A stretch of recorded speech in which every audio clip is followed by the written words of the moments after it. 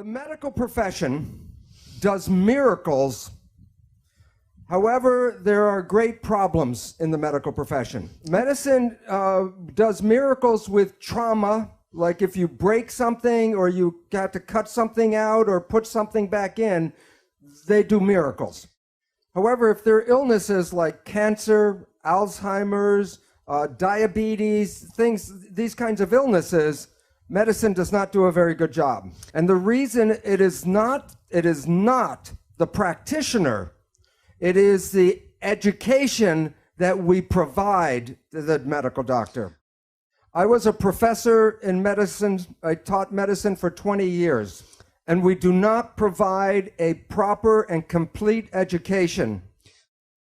And the main reason, the pharmaceutical industry does not want us to teach how you can heal yourself. So if I say something bad about medicine, it's not the medical doctor. Okay. I am a cellular biologist, and I want to tell you about a misperception you may have. When you look in a mirror and see yourself and you see like one person looking back, that is not true. You are made out of 50 trillion cells, and the cells are the living entities. So you are a community, not a single person. But your mind is the government for the 50 trillion cells. And if you have a good government, you have health. If you have like a United States government, then you are sick. Dann schaut's schlecht aus. So the part that is the powerful part is in the mind. The cells, I will talk about cells for this reason. Because every function that you see in the human body is already present in every cell. Every cell has a respiratory, a digestive, an excretory system, a nervous system, and even an immune system in every single cell. So it's easier to understand how one cell works than to try to understand how 50 trillion cells work. There are two in philosophy. There are two beliefs about how life works, and they're very different opposing beliefs. These beliefs come from the time of the ancient Greeks before Christ. And the first belief is from a man called Democritus. He is the man that gave us the word Adam. And this is what he said about how life works. That what you see physically is all there is. There's nothing in the empty space. If you want to understand life, then you have to understand atoms, and that means uncuttable. The smallest thing is an atom. And there's atoms, and then there's empty space. So atoms are in space. And then motion is when atoms hit each other and bounce like a billiard ball. So life is atoms colliding with each other. A completely different point of view is provided by Socrates. He has a dualistic vision. One is there's an invisible energy which he calls a form or a soul that gives shape to matter. That this energy was here before life and will be here forever. The energy is separate from matter. That the energy is perfect and ideal, and it is unchanging. Then he talks about the material world, the physical world, and he says that the physical world is imperfect or a corrupt shadow of the ideal. So, for example, you can imagine the concept of a perfect circle, but you can't, with a pencil, you can't make a perfect circle. So that the invisible world is perfect and the physical world is not. And this is the foundation of like the church that says that this world is not where we want to be. We want to be in the perfect world. So there are two beliefs of how cells are controlled. One is the control comes from the outside in, And the other is that the control is from the inside and goes out. The belief of the outside control is from Socrates, that a form or a soul comes in and gives life. And the followers of Socrates are spiritualists. In contrast, the followers of Democritus talk about atoms and mechanism. And in today's world, religion is the follower of Socrates, and science follows Democritus. Okay. The belief in Democritus is based on the work of Isaac Newton. Newton was studying what they believed the space and the stars were like a giant machine, a celestial mechanism. Then he created a mathematics called calculus and put in the data, for example, of the moon going around the earth, and he included mass, gravity, and acceleration. And with his equations, he could predict the accurate movement of the solar system. But he did not put God in the equation. He did not put spirit into the equation, or a soul, no energy. So he predicted the universe based only on studying matter.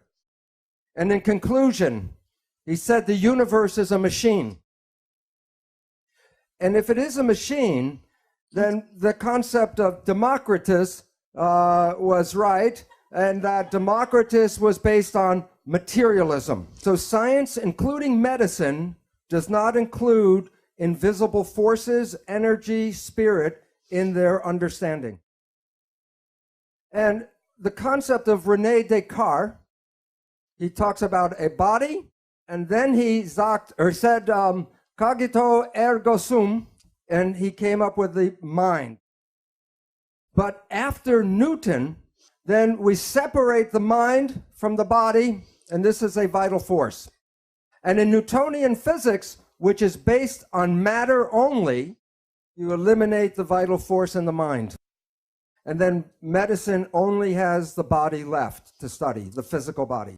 So in the universe, if the universe is a machine, then you can take it apart and study it, and then you will know how the universe works by looking at the pieces. So they look at the human body, and the human body is a machine. So in medicine, they take apart the body, look at the molecules, and then try to determine your health by just looking at the physical molecule. So the mission of modern science is to obtain knowledge that can be used to dominate and control nature, which is a machine. So the important understanding is, where is the control in the human machine? And from Charles Darwin, he said that the control is passed from parent to child because the traits of the parents are expressed in the child. And since they were only looking for physical things, chemicals, they took apart the sperm and the eggs to find which chemicals control life. And 100 years after Charles Darwin, James Watson and Francis Crick told us the story of DNA. The DNA is a double helix, and the pattern for the human body's materials are in just one single helix. So each strand has a pattern.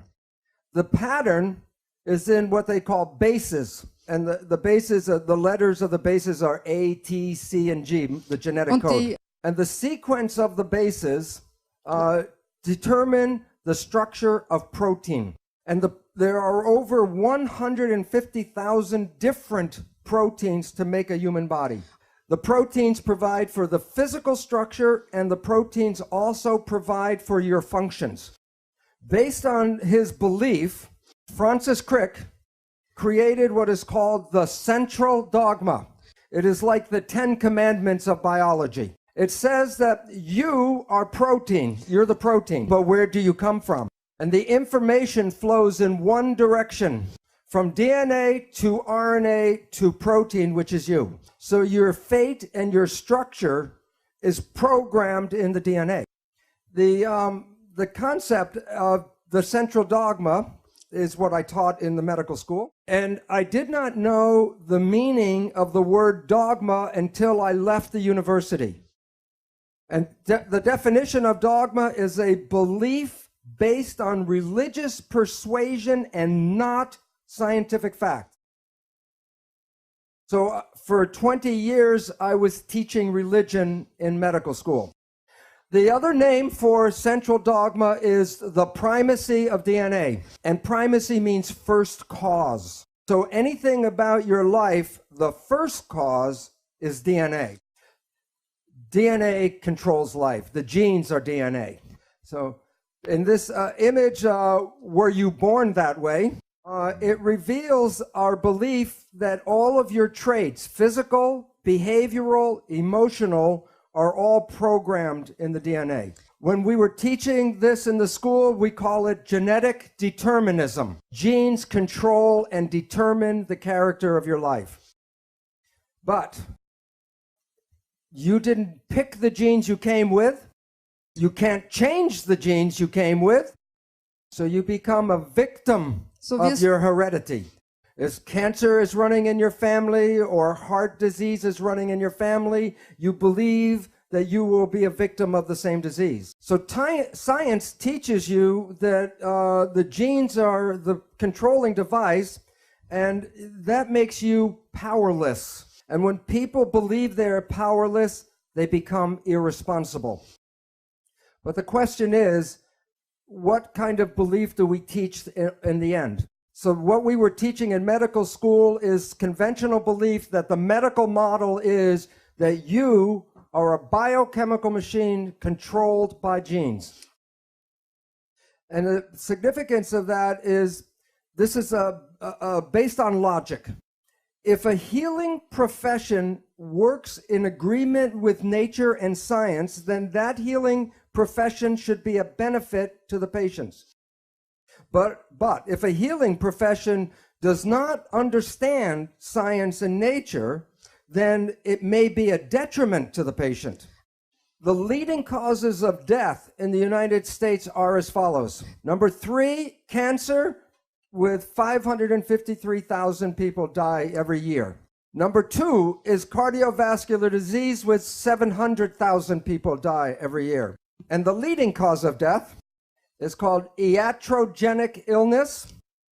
And what that means is illness due to medical treatment. 784,000 people die every year from medical treatment, not from the disease, but from the treatment of the disease. Over 300,000 people die from prescription drugs. So the belief in the medical model is false. There are 4 assumptions that Greg talked about, but I will talk about 3 of these assumptions and how they relate to the cells and the biology. Assumption number 1 is that the body is a physical machine made out of parts, chemicals, and molecules and atoms, and that's all you need to know. And this is the foundation of Newtonian physics, only studying the material. Assumption number 2, genes control biological expression. And assumption number 3 is that Darwinian evolution provides for the biological world that we have. I will now talk about each one of these in a row and how they relate to biology. The first assumption about Newtonian physics. Okay. Science is like a building with many floors, and the lower floors are the foundation for the floors above. The first floor in science is mathematics. Before Newton could understand the planets and how they move, he had to create differential calculus. From mathematics, then we go to physics. So Newton took us from math to physics. The study of matter leads to the study of chemistry. There are different kinds of chemistry till you get to biological chemistry, biochemistry, which then leads to biology. And then from biology, we go to psychology. There's a law involved here. If a science on a lower floor changes its belief, all the other sciences above must accommodate that. So in physics, the one that we are using in medicine is Newtonian physics. And so we want to understand how the cells work. We must understand mechanisms. And mechanics equals physics. So you can say Newtonian physics, Newtonian mechanics, or quantum physics and quantum mechanics, same thing. So before you can understand how biology works, you must understand mechanisms. That the physics that we talked about, Newtonian physics, said that the universe is a machine made out of matter. But in 1925, quantum physics said, no, the universe is made out of energy. So when we talk about energy, energy is like waves in the water. That is, in fact, actually energy moving through water. So this is the actual shape of energy waves going through space. The question is, when two waves are coming toward each other, what happens when they meet? And the answer is they become entangled with each other. So in this room right now, there are radio, television waves, cell phone waves, all kinds of energy in the room entangled. But matter, I can separate and study each piece, but energy waves, I cannot separate. So conventional science is reductionistic. It takes things apart and studies pieces. But the new physics says, no, you have to study wholeness because you cannot separate the energy. So when a doctor looks at a sick patient in his office, he looks at his physical body and tries to understand what's going on. But what we all know about wholeness is that what affects the patient is his job, the family, the environment, the community, so that to study illness, you can't see it just in the physical body. So this is how energy waves interact. I drop two rocks from the same size rocks from the same height at the same time, and they hit the water. And the ripples are in phase, and they come toward each other. The question is, what happens when the waves meet? So I will pretend by putting one wave over the top of the other wave. This wave goes this way, this wave goes this way, this is overlap. And to find out what you do, you add up the waves. 1 plus 1 equals 2. So the two waves interfere with each other. And the result, when they're in phase, is the wave is more powerful. Okay? It is called constructive interference. Okay? There is an opposite effect. This time I dropped the two rocks from the same height, but I drop one before the other. And the ripples come toward each other, but they're out of phase. One wave is going up, one wave is going down. So watch what happens when they meet. Add them up. -1 plus 1 plus 1 minus 1. So two waves can interfere and cancel each other out. This is called destructive interference. You have all experienced this in your life. Constructive interference is called good vibes, and destructive interference, bad vibes. So let's say it's a Saturday night and you have to go to a party and you're tired, and you go to the party and you meet some people who are in wave harmony, and the waves are in harmony with you. And your energy and their energy in phase gives you more power. And then you are walking around on your feet, on your toes, very high, constructive interference. Bad vibes. You are in a scary place, and you feel the energy go.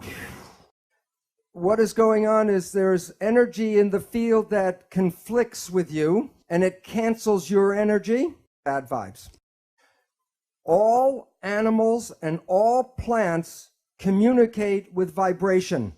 The gazelle doesn't have to go up to the lion and say, "Are you my friend?" Because at the distance, the energy could be felt, and the gazelle will not go there because of bad vibes. If when we were young, were taught to be sensitive to the vibrations, we would not find ourselves in bad relationships and bad places. But we are usually told not to go by our feelings, but to listen to what people have to say. One night at 3 o'clock in the morning, I was watching an old movie on TV. It's a British movie, so it was very dry. And I was going to go shut it off, and the one line came out that was worth staying up all night for. Language was designed to hide feelings. So the point is, all organisms communicate by vibrations and know if they're in a good place or a bad place by reading the vibrations. But we humans have that ability, but are not trained to use that ability. But I will show you in a little while how vibrations change the proteins of the body. And the proteins give us our structure and our function. So the vibrations can alter our health and our biology. This is a picture of a gold atom. And while you can see it in the electron microscope, if I give you a camera, you fly through the atom and take pictures from one side to the other side. When you come back and develop the pictures, there will be nothing on the pictures. And the reason is this is the atom that Greg said, this is the atom we studied in school. I studied and taught this atom in school. And this is the picture of the quantum atom.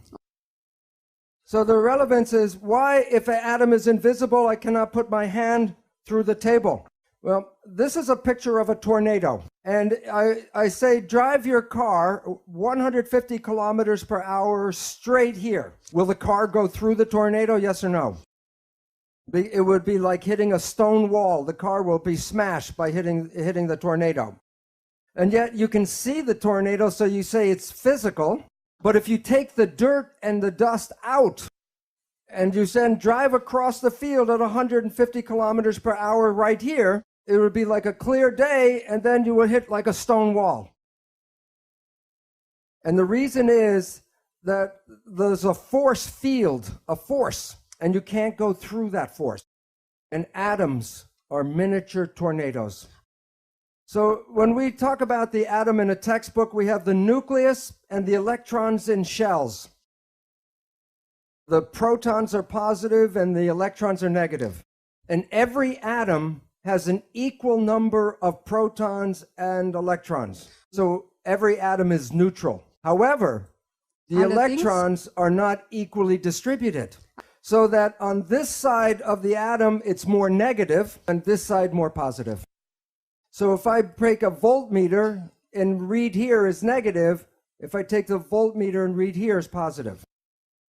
But instead of moving the voltmeter from negative and then move it here as positive, all atoms are spinning all the time. So as this atom is spinning, then I put a voltmeter, and one side red is positive and negative, red and blue. So you are watching the waves of positive and negative, and I record them. And then when you look at the character of the atom, you see the character is a wave. So atoms are in physics, in today's physics, they study the electrical activity of atoms. When you and I went to school, we studied the physical character of the atom, the mass and the weight. And today, physics studies the vibration, not the physical. So that all atoms create waves. So that the picture of the atom is like the waves with the atom in the center. So when we want to study atoms, when you use Newtonian physics, you study two particles hitting each other like billiard balls. But in quantum physics, we don't study the particles, because in quantum physics, we study the waves. And we study how the waves interact, interference. So there's constructive and destructive interference between atoms. All of the waves together is called the field.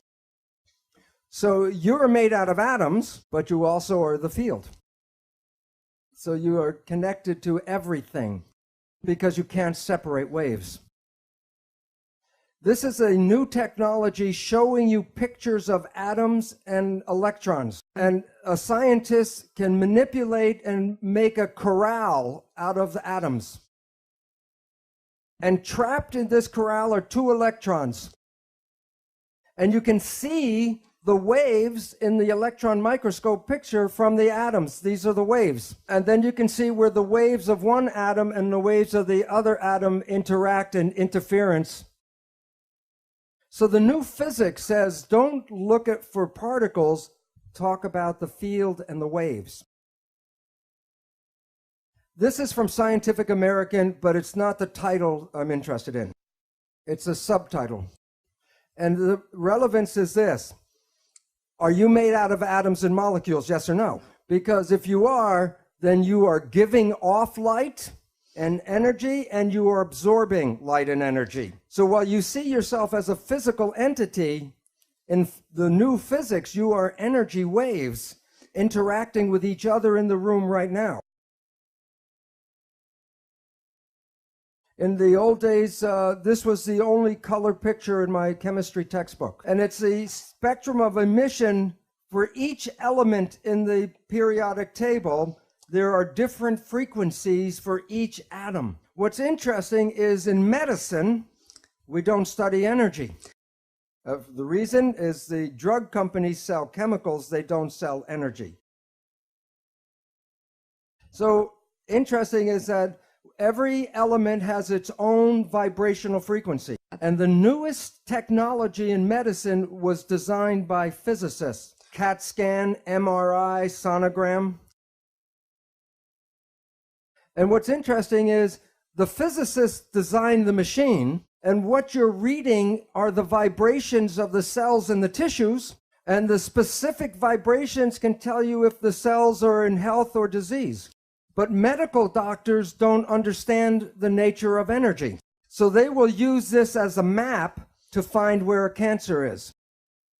And then use a scalpel and cut out the cancer. But remember, all atoms give off energy and all atoms absorb energy. And when two energies interfere, you can change the power from zero, from destructive, to increase the power, constructive interference. So instead of using a scalpel to cut out a cancer, you should be able to put energy into this cancer and cause the cancer to go away. And this is the physical foundation for hands-on healing for thousands of years. This is a simple experiment I did at my home for cheap. I took a piece of iron and a file and filed it and made iron dust. And I put the iron filings in a salt shaker and sprinkled them on the paper. Every time I sprinkle it, I get a random pile. So if I throw this away and do it again, I get a random pile. But the next experiment, more expensive, I buy a magnet. Now I sprinkle the filings, and what do I get? I get the magnetic field shaped by the filings. And the significance is very important. The filings without the magnetic field are random, but when I put the field in, the field shapes matter. And the significance is by Albert Einstein. I'll make a quote from Albert Einstein. The field is the sole governing agency of the particle. And so that the energy in visible fields shape matter. Can you explain the pattern of the iron filings if you do not understand the field? Yes or no? No. Can you understand the pattern of my cells in health and disease if you don't understand the field? So this is why medicine has failed, because it wants to understand the structure of health and disease, but does not include the field in its understanding. And so the field is the sole governing agency of matter. Particles are matter. So your life, your physical life, is controlled by the field, and that's from Albert Einstein. So that our understanding of physics says that medicine does not understand disease because it only focuses on the particles and on matter. So Newtonian physics said study only the body. And quantum physics says no. Quantum physics says matter and energy are connected. The new physics, we bring the mind, which is energy, back to the body. And the relevance is just from what Albert Einstein said. So the mind is the field, and it gives shape to the body. So what you are believing and what you are thinking changes your body. So when we see people, like if I look at the audience or you see us, we see people as physical particles and machines. But that's an illusion, because what we are interacting waves. That's why one person can affect another person just by being in the field. So we go back to science and we say, this is not correct. There's a new mathematics that's important called fractal mathematics, which explains our physical universe. A new physics, quantum physics, which explains the world in terms of energy. A new chemistry called electrochemistry, which deals with vibrations of atoms. And biology and psychology did not bring this new science in yet. By definition, biology and medicine are not scientific. When cells were first named, in 1600, Leeuwenhoek was looking at dead plant tissue. And he saw the cell walls around the cells, the cellulose walls, but the cells were dead, so they were empty spaces. So he called these spaces cells, like prison cell, but that's the wrong name. But today, the word cell means something different, and it's more appropriate, because the word cell is used for the word battery, like flashlight cell or dry cell or wet cell. Every cell in your body has a minus voltage on the inside and positive voltage on the outside. Every cell, every live cell is a battery. Every cell has about 1.4 volts, not too much. But 50 trillion cells in the body times 1.4 volts is 700 trillion volts of electricity in your body right now. And with training and meditation, you can focus this energy called chi, and you can use that energy for healing. With that much voltage, people can self-combust. Assumption number one, false. All right. Assumption number two, genes control biology. In the textbooks, they talk about the nucleus controlling the cell. And that's in today's textbooks, in grammar school through medical school. And the nucleus has the DNA, and the DNA is believed to be the control. As I said before, every function in your body is already present in every cell. So where you have an organ in your body, the cell has an organelle, which means miniature organ. So the textbooks talk about the nucleus is equal to the brain. Watch. If you remove the brain from an organism, the organism dies. But if you remove a nucleus from a cell, the cell lives and the behavior is unaffected. Some cells can live 2 or more months with no genes, and they carry out all of their normal functions. So enucleation is not removing the brain. So the nucleus is not the brain. But the nucleus does something. When you take out a nucleus, the cell cannot reproduce its parts or itself. So the nucleus is not the brain. The nucleus is the gonad. Since science is a male business, and since men think with this organ, they made it the brain of the cell. The nucleus does not control the cell. The nucleus is reproduction of the parts. But we went and looked for to find all of the genes that make up a human. And the Human Genome Project was going to be the last biology project. Because once we knew all of the genes, then we would be able to control anything in a human being. It takes one gene to make a protein. There are 150,000 different proteins. How many genes do you need?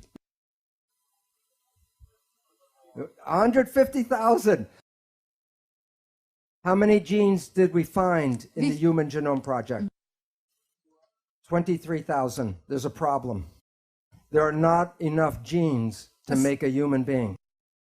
So what is wrong is our belief. We are completely wrong about our belief that genes control life. So genes do not control life. The fact. So assumption number 2, false. Wrong. Wrong. Good. I'm learning. In my research, 40 years ago, I started working with stem cells. People think that stem cells are something new. But I learned very many things from the stem cells. The secret of life I learned from stem cells. Right now, in every one of you, you have stem cells throughout your entire body. And these stem cells can replace any tissue or organ in your body. And you should be able to stay young for hundreds of years, as Greg will talk about. So you might ask, then why do we age? And the answer is because the mind controls the cells and the genes. And we collectively believe in aging. So that my research, early research, I have a tissue culture with multipotential stem cells. These are clones, meaning they're all genetically identical. In my experiment, I take a group of cells, so I take this group of cells and put it into another petri dish with a different environment, environment A. And environment A, the conditions of the medium, the stem cells form muscle. But I could go back and take the very same genetically identical cells and put them into culture dish with environment B, and the cells form bone. Or I could go and take the very same cells and put them in culture dish C with a different environment, and the cells form fat. What controls the fate of the cell? The environment. They were genetically identical, only the environment was different. So I published this work in 1977, and it's a fine structural analysis of normal and modulated cells in myogenic culture. It sounds like Latin, but it sounds like Latin, and so science is like the church, so you can't understand what I'm talking about. But what is the meaning? Is that this is the first scientific report that I made, how the environment controls the fate of your cells. And I use the word modulated, meaning altered, because there was no other word. My colleagues were not interested in this work because they were interested in the human genome. So I left I had tenure, and I walked out of the university as a professor. I left the university because they were not being scientific, because they didn't want to understand this. So I end up at a better university, the Stanford University Medical School. There I repeat the experiments, but more sophisticated. And I get the cover of the journal, Differentiation. But I really wanted the cover of Rolling Stone. But it's science. So after I do this, again, the scientists were not interested. So I left the university for the second time. And I write my book on the biology of how cells work. And in my chapter 2, I lay out the scientific evidence to show you genes do not control biology. I also introduce you to the exciting discoveries of epigenetics, a new field of biology that is unraveling the mysteries of how the environment influences the behavior of cells without changing the genetic code. And I call chapter 2, it's the environment stupid. It's a takeoff from President Bill Clinton's campaign saying it's the economy stupid. And 5 months after I write this, people are saying, what do I know? I'm not at a university, so what do I know? And then Nature, in one of the most prestigious journals in the world, Nature, 5 months after my book, an article about stem cells are engaged in a constant crosstalk with their environment. Biologists are fast realizing. No, some of them not too fast. What do you think they call this article in Nature? It's the same story. Science is now saying what I've been saying for 30 years is coming around now, and that there's a new science of how cells work. After lunch, I will show you the science of actually how the cells work, and you will have more knowledge than most doctors in the world today because they still believe in the genes. Now we'll go faster. But this is going to be the fun part because this is where I'm going to explain how the biology actually works. And I will we'll get to the secret of life before we're over. Okay, so what we were talking about is how cells actually work. And it's very similar to this. It's a machine. So just as the gears move and connect and turn and make an action, so do the proteins inside the cell. And there are proteins, I said there are 150,000 different proteins that provide both for our structure and our behavior. So 150,000 different shaped proteins. Now, again, it's like inside the cell, they're just like a clock with all the proteins engaging like gears. So this picture is going to show 3 different examples of proteins. These are molecules blown up very large. And the question is, what makes each protein a different shape? So where does the shape come from? And is underneath the skin, there's a backbone inside each protein, a backbone. And just like a backbone gives you your shape, or you can change your shape, so does a protein.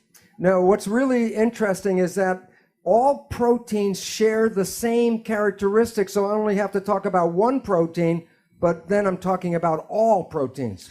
All proteins have a backbone made out of linked units, just like the vertebrae. The backbone pieces are called amino acids. There are 20 different shaped amino acids.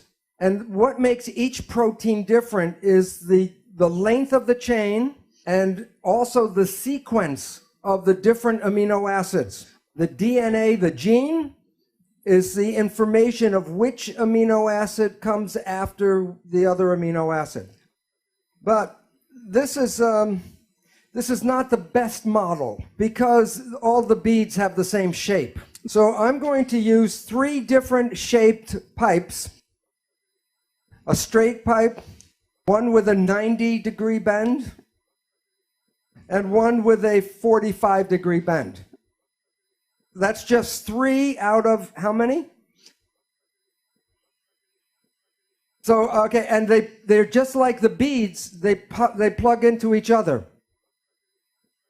And these are bonds, and in the real chemical name, they're called peptide bonds. So I will assemble this one protein.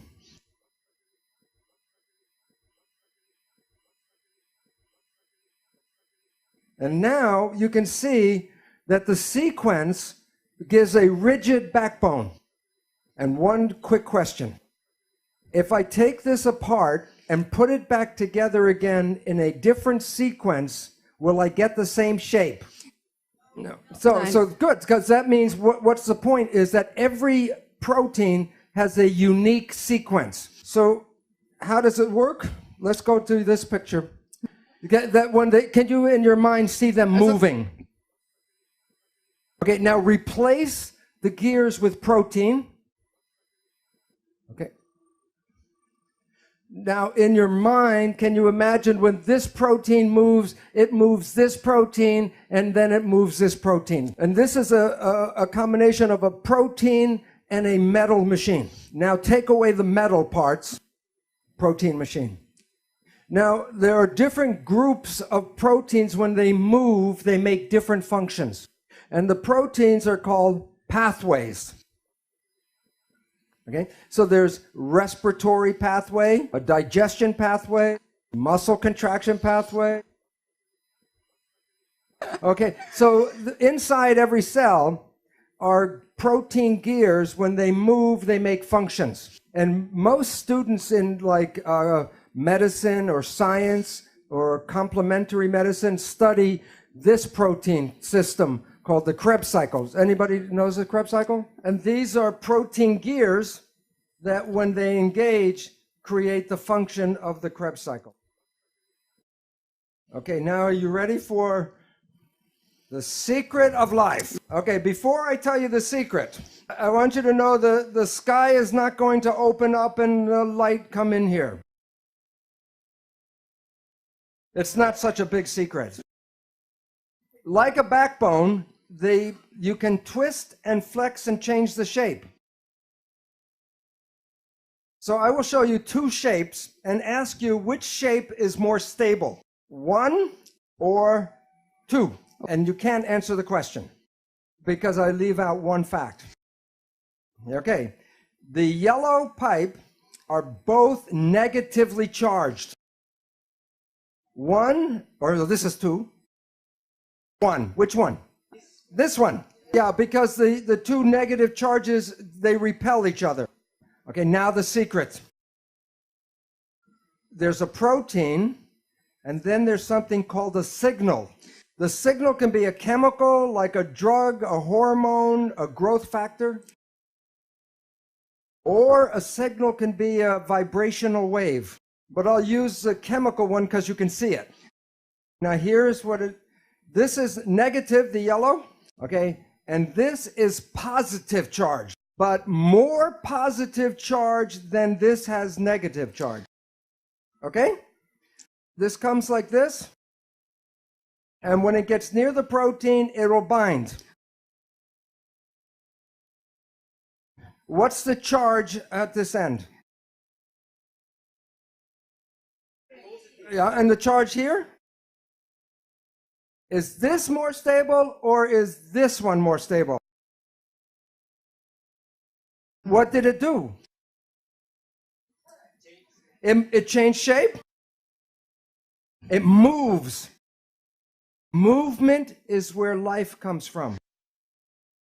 When proteins change shape, they create behavior. Now, if the signal comes off, what does the protein do?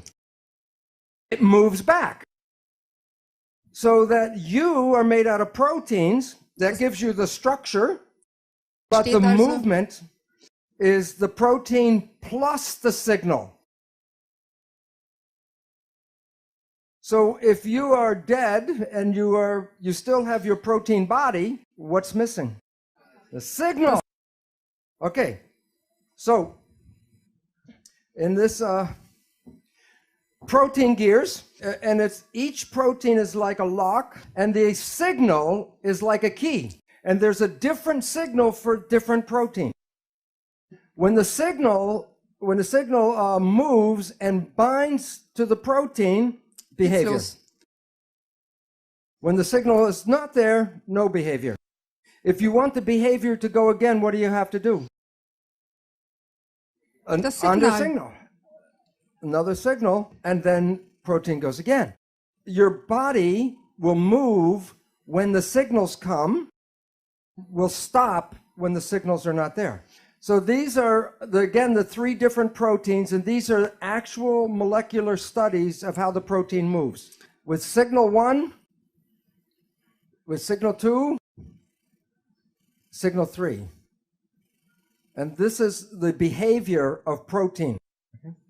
Now, in medicine, the signals are always indicated to be physical chemical because medicine is Newtonian. So all signals must be matter. recently, physicists are looking at protein movement. And this is a paper in the journal Nature. And these two authors, Popfristic and Goodman, were studying how proteins move, the behavior. And they wanted to predict the movement. So like Newton, when he predicted the movement of the planet, they used Newtonian physics, a Newtonian equation, to predict the movement. It didn't work. And this is a review of this paper. And this chemist, physical chemist, writes, the most pressing question raised by Popfristic and Goodman: when will chemistry textbooks begin to serve as aids rather than barriers to this enriched quantum mechanical perspective on how molecular turnstiles move? Because when they used quantum physics to study the movement, they were able to accurately predict the movement. So the most important conclusion is the subtitle of the article. What are the forces that control the twisting and folding of molecules into complex shapes? Don't look for the answers in your organic chemistry textbook. The reason why this is important is that medicine is based on organic chemistry, and the answers to how life works are not in the book. In a more recent one, this concept of materialism, matter only, Bosch. Okay, this is a more recent paper just a few months ago, and how they control biological functions. They were studying protein movement, and what they showed was this. It acted as a quantum mechanical machine. And if they shine a light on the protein, when the waves were in phase, the protein was active. And when they shine a light and the waves are out of phase, it shut off the protein. So it says, for a quantum mechanical object, one can arrange interference of several paths to create constructive interference that selects one state and destructive interference that blocks the other.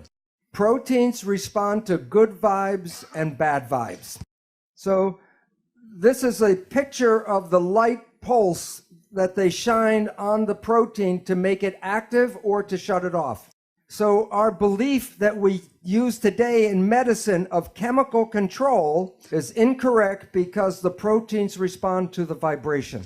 So now you have enough information to know how life works.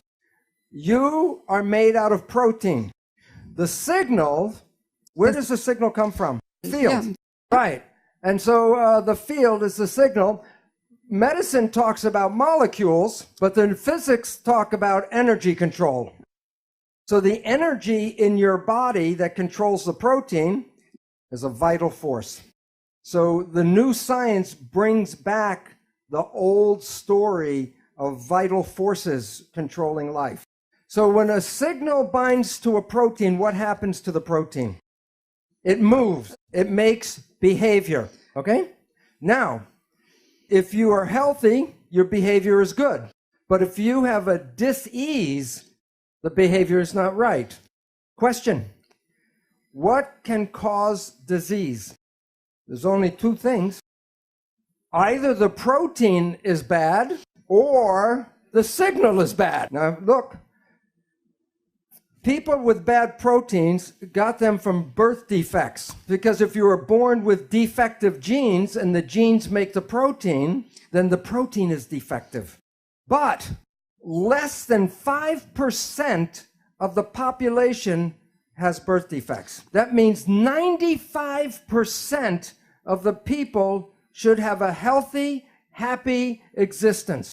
But if you were one of the healthy people and now you are sick, what would cause the problem? All right. There are only 3 ways to mess up the signal. One, trauma. So if I fall off the stage and wrench my back, the signal is interfered with.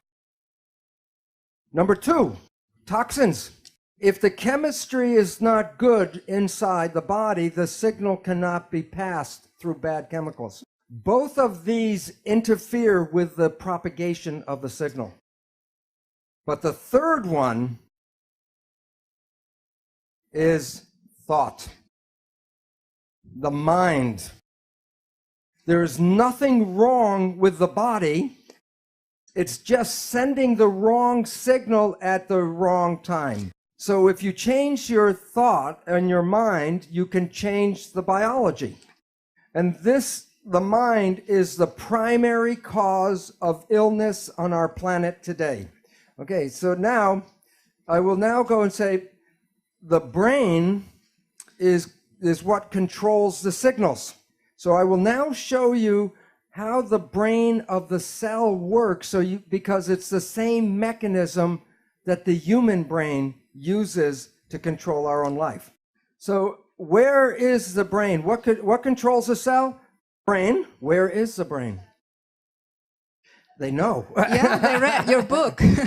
The membrane. Now you might say, I said before that you and the cell are the same.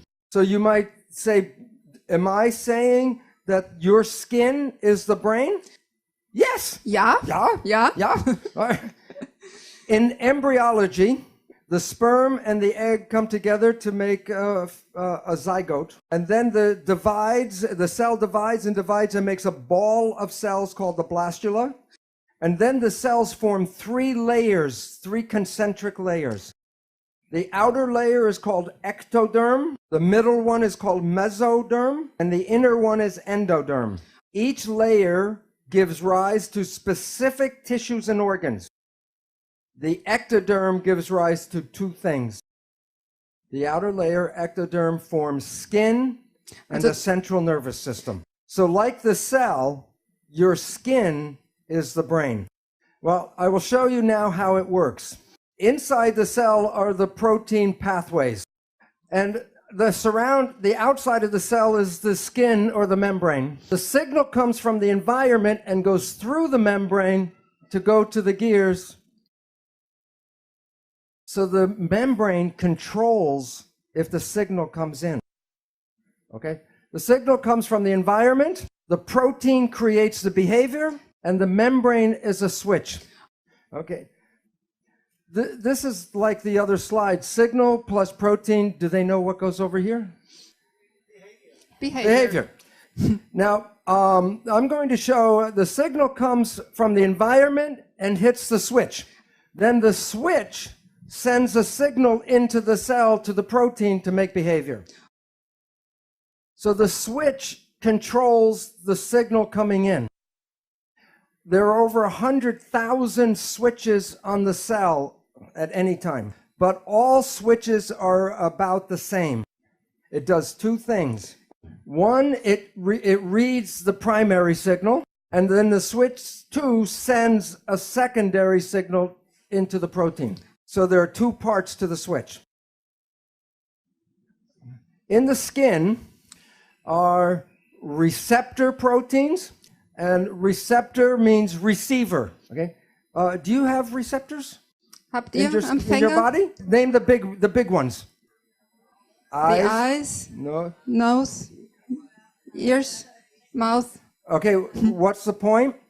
All of your receptors are built into the skin. And these receptors read the signals from the environment. So it's just the same as a cell. This is a simple, like eye or ear or nose. The receptor has an antenna, responds to the vibration signals from the environment. What happens when a signal binds to a protein? What happens to the protein? The protein moves. So there's two states to a protein. Before the signal and after the signals, two different shapes. When the signal is active, it connects this one to this protein to this protein. And this protein, the effector, makes an effect. and it sends a signal into the cell to control the proteins.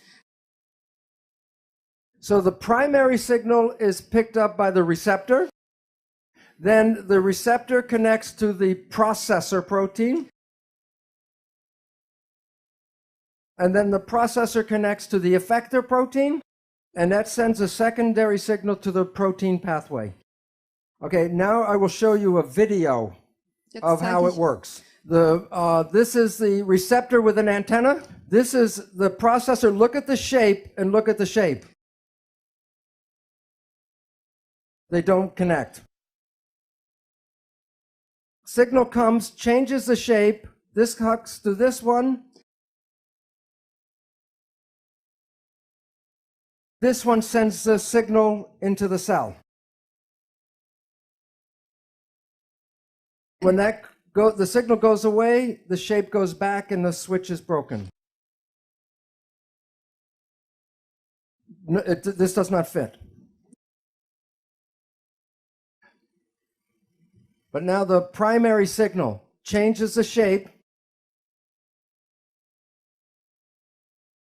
And then this changes shape and sends a signal in. And this signal controls the function, a specific function inside the cell. So this is how a switch works. Okay. In the new biology, they talk about this is the cell membrane, and the signals come from the environment, binds a receptor, and then the effector sends signals in to control proteins. And at the end, you get behavior. So signal causes behavior. These pathways, there's a new field of science, and it's called signal transduction. And there are thousands of these different pathways. Okay. The name of the protein in science talk is complicated. It's called a receptor effector integral membrane protein complex. But I will show you there was a name for this switch for over 1,000 years. And I'll use the definition, and then I'll show you the word. The function of the receptor is awareness of the environment. Like eyes, ears, nose, gives you awareness of what's going on. The function of the effector is to send a physical signal into the cell. Or I'll call it a physical sensation. So the definition of the switch is awareness of the environment through a physical sensation. Now in the dictionary is the word perception. And the definition of perception, awareness of the elements of environment through physical sensation. What is the name of the switch that controls your biology? Perception. And why that's important is that it's you and how you see the world that controls the biology. So conclusion number one, perception controls behavior. And what causes behavior? Yes. Oh, yeah, the physical part. The protein. So the signal, the switch, controls the protein, which is the behavior. Okay. Now, we did not talk about DNA. When you need a protein in the cell and it's not there, then you need the blueprint, which is the gene. So how does it work? I get very excited because I'm going to show you how a gene works. But before I do that, I want you to know that we have been given misinformation. When people say a gene turned on and a gene turned off, it sounds like the genes make decisions. Here is the simple truth. A gene is a blueprint. So if you go to an architect office and he's working on a blueprint and you lean over his shoulder and you say, is your blueprint on or off? And he goes, that doesn't make any sense. A blueprint cannot be on or off. It's a blueprint. A gene cannot be on or off. It's a blueprint. The truth is, Are you reading the blueprint or are you not reading the blueprint? And the gene does not make that decision. So this is how it works. In the nucleus of the cell are chromosomes. The chromosomes are units of heredity. And the chromosomes are made out of 50% DNA and 50% protein. What does the protein do? And the answer is, for 50 years, we did the experiments. We isolate the DNA and throw away the protein. And some people a few years ago said 50% is a lot of protein to throw away. What is it doing? And the answer to this question will change civilization. And I'll tell you why, and the answer is because when you understand how the protein works, you understand that you control the genes do not control you. A chromosome is a DNA core with a protein sleeve. Pretend my arm, my bare arm, is DNA. And I write with a magic marker a genetic code for blue eyes. And I say, can you read the gene for blue eyes? But I say, what does it look like inside the cell? Can you read the gene for blue eyes? If you want to read the gene, what do you have to do first? Take the sleeve off? What's the sleeve made out of? And what causes the protein to change shape? The signal. Okay, so this new science is called epigenetic control. Before in school, we teach genetic control, which simply means control by genes. Epi means above, like epidermis. Okay, so epigenetic control says control above the genes. Now I will show a video how it works. Very simple. Okay, the chromosome is DNA core with protein sleeve. At the beginning of each gene is a protein called a regulatory protein. The signal binds to a specific protein. The protein sleeve comes off, and then the DNA is exposed. Then a device will come up and make a copy of the gene, and this is the blueprint used to make the protein, RNA. And the signal comes off, and the gene is covered up again. Okay, now watch with fast. Signal from the environment selects the specific gene, sleeve comes off, the RNA, you make a copy, DNA, RNA, and goes to make protein. And then the sleeve comes back on. Now this time, let's see what the DNA did. Come on, DNA, do something. Come on, do something. Do something. Nothing. The gene does no control. The gene is never on or off. The gene is read or not read. And what do you think controls the signal? Perception. Okay? Now, so this is the same kind of signal transduction. And so the receptors are the input from the environment. Then the signal travels through the proteins. It goes to the nucleus and affects the proteins of the chromosome. And then the copy of the gene is made, and that's the output. You are not the victim of your genes because you control your genes. One gene blueprint using epigenetic control can make 30,000 different proteins from one blueprint.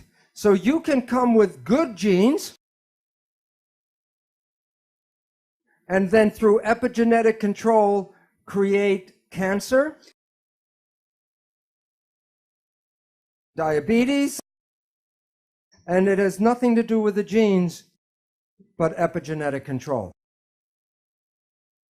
So you can come with good genes and make mutant products, or you can come with a mutant gene and become normal. I'll show you. This mouse is a mutant mouse, a goody mutant. Blonde, fat, and diabetic.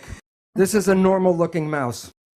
It's normal-looking mouse because it's a goody mutant. The difference, when this was in gestation, in fetal development, the mother was fed these additives, and these affected the epigenetic control and covered up the mutant.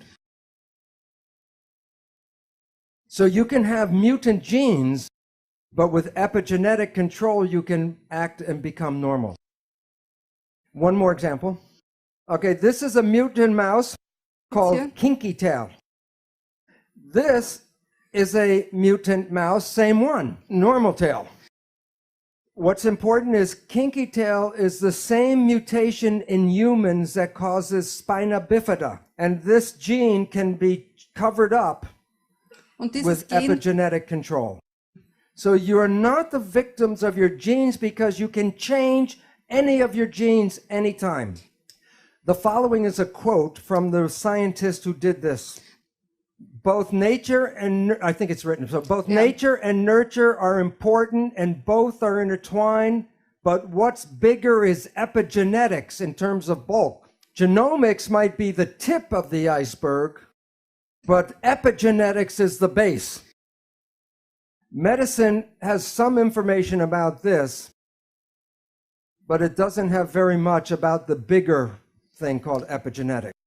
When this becomes known to the public, it returns responsibility for your health to you, and you are not a victim of your genes. And recently, it is becoming more public. In the recent issue of Discover, DNA is not your identity. Yet every day, the media still tells you that genes control this and genes control that. And then people get nervous about what genes are in their family. And as Greg Braden said before, if you look for the disease, you can create the disease through epigenetics. Right now, it appears that about 95% of cancer is not because of mutant genes, but because of epigenetic control. And it can be passed from parent to child like genes. But the difference is you can change your epigenetics at any time. So the central dogma, DNA, RNA, protein, primacy of DNA, is not complete. Put in the protein for epigenetic control. But the protein is controlled by the signal, which comes from the environment. So it's not the primacy of DNA that's in the middle. It's the primacy of the environment. Number 2, perception, the switch, controls the activity of genes. If you change your perception, you change the reading of your genes. If someone tells you you're going to have a disease and you believe that, then you can create the disease. So there are 3 conclusions because I don't have enough time to talk about one, but I will list them. Okay, conclusion 1, perception, how you see life, the switch, controls behavior because that's protein. Perception controls which genes are being read and how they're being read. And the one I didn't have time for right now is the 3rd one. Perception can rewrite the genetic code. So perception controls life. No 2 people see the world in the same way. They have different perceptions. But let's do a perception test. Okay, this is the question. The first one is a simple question because it's important because perception controls your biology. So the perception test is a simple one. Is the surface area of A greater than, equal to, or less than the surface area B. Which is greater? B, yeah. They're equal size squares. Not equal, but they're uniform. So I want to make a more difficult test. I will show you two surface areas that are not regular. You must, with your mind, see which is bigger. So it depends if you're in the front row or the back row, or you have glasses, or if you're well or not well, what you see. So it's a question. I'll use a map. Which has more surface area, Europe or South America? Calculate in your head the surface.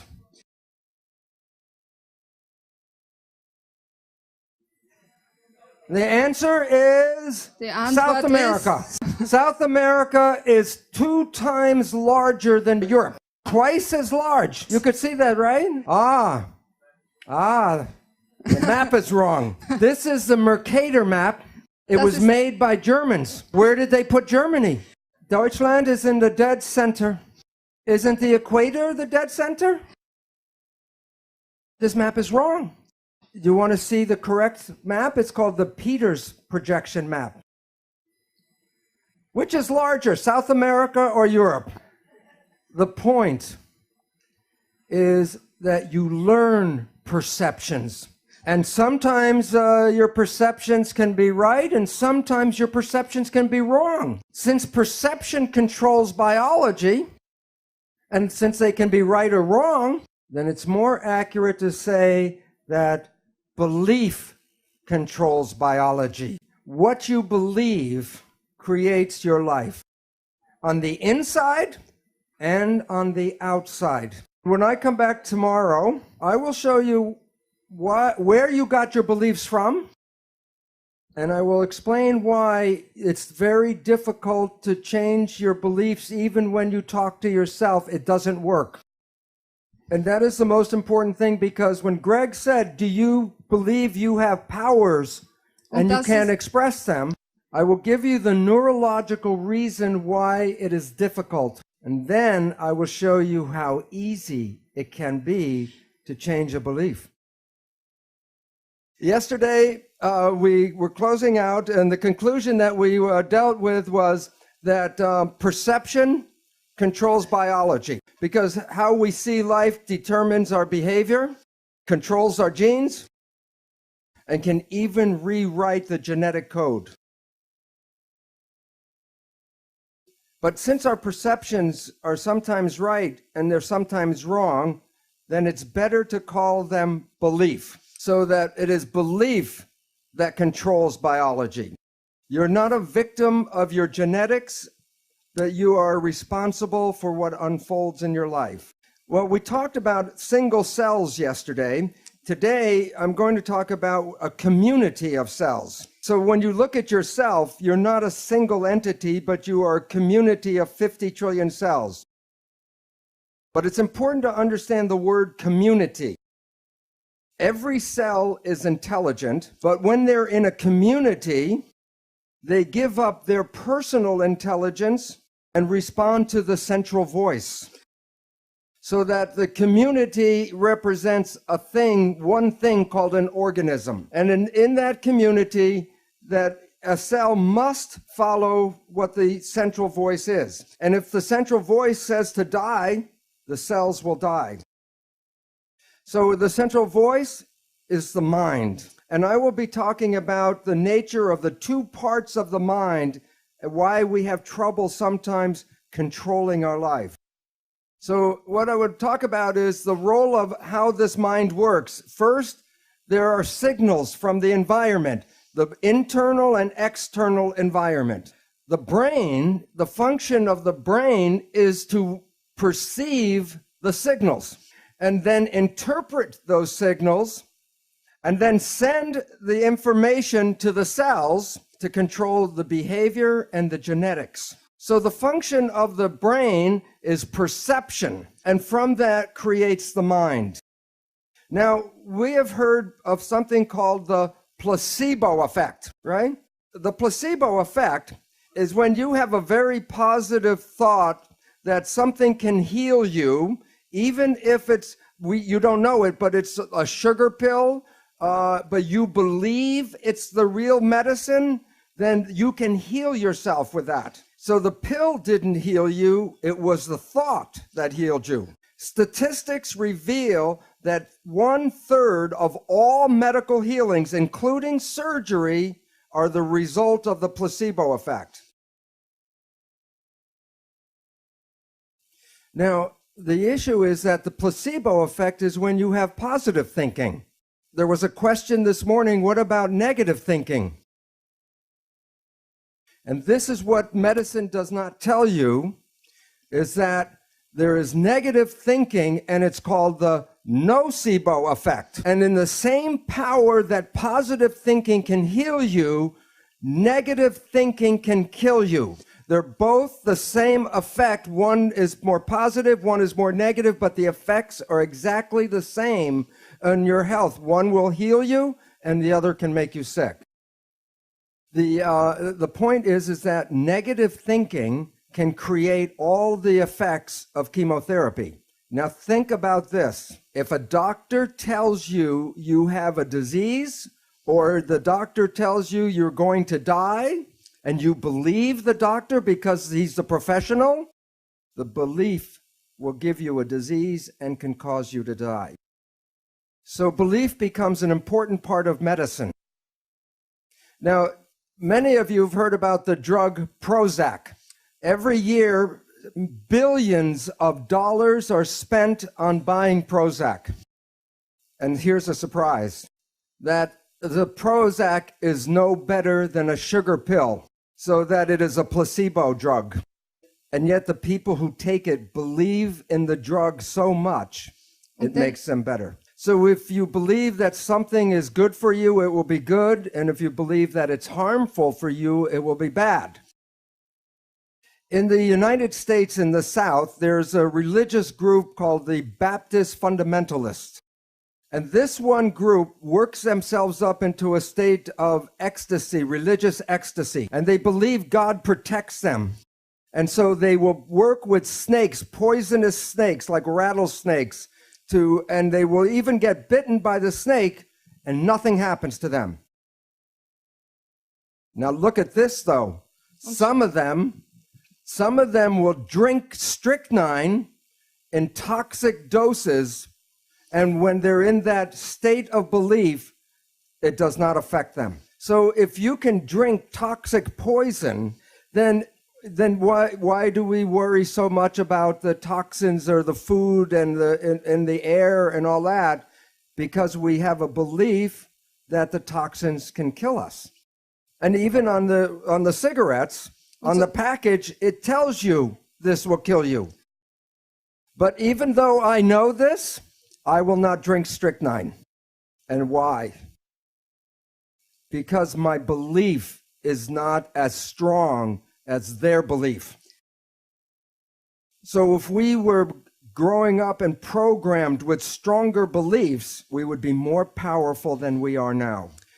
Belief is important about everything, including our health and our aging and the world that we live in. This is a picture of some beautiful women that dance in what is called the Palm Springs Follies. And I ask, what do you think is unusual about these women? They have arms, but they're in red gloves against the red, so it's hard to see. What is unusual? Their ages. To 75 years old. Aging is not in their belief because they have a passion to dance, and the passion keeps them young and alive and healthy. But most of us see other people grow old and expect that we must grow old like they do. And then a more important factor that Greg has talked about, belief becomes part of the field. So while you might want to believe you can stay young, the belief of everyone around you is more powerful and will get you to get old. So the question is, if we are so able to be healthy and young, why do we get sick? And one of the most important reasons is stress. I will now show you about how stress works using cells and then people. So I put cells in a petri dish and I split the group into two sets.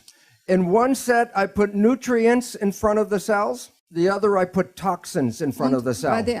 I put them back in the incubator, and I come back later and take them out. Where do you think the cells are in each experiment?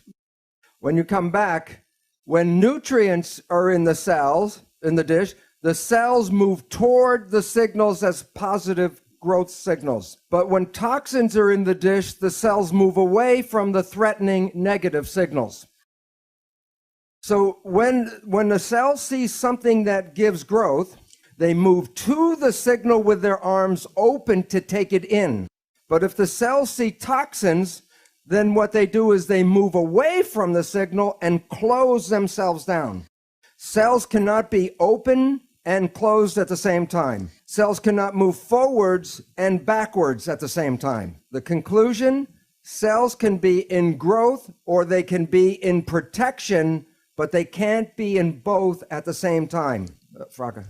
Does Bruce believe that the expectations of the scientists affect the movements of the cells towards the toxins or nutrients?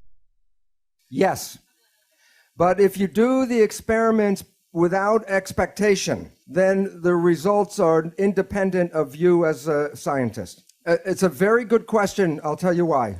When research on drugs is carried out by the drug company, it will be 4 or 5 times more in their favor than when the same research is carried out by independent people. So it's thought the scientist is very important in the process. So cells cannot move in both directions at the same time. They cannot be in growth and protection. So in summary, cells move to positive signals when they're in growth. They're attracted to positive signals. And cells will move away from negative signals.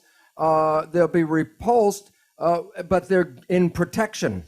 But there are signals that are neither positive or negative. I call them elevator music. When you get in the elevator, you don't dance, but you don't get sick. But the same thing happens in humans.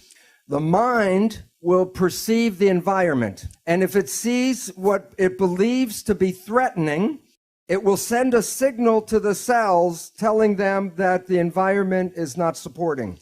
And the system is called the hypothalamic pituitary adrenal axis. The hypothalamus is the part of the brain that interprets the perception. When the hypothalamus sees stress, it wants to tell the whole body something is going on. So it sends a signal to the pituitary gland, which is called the master gland.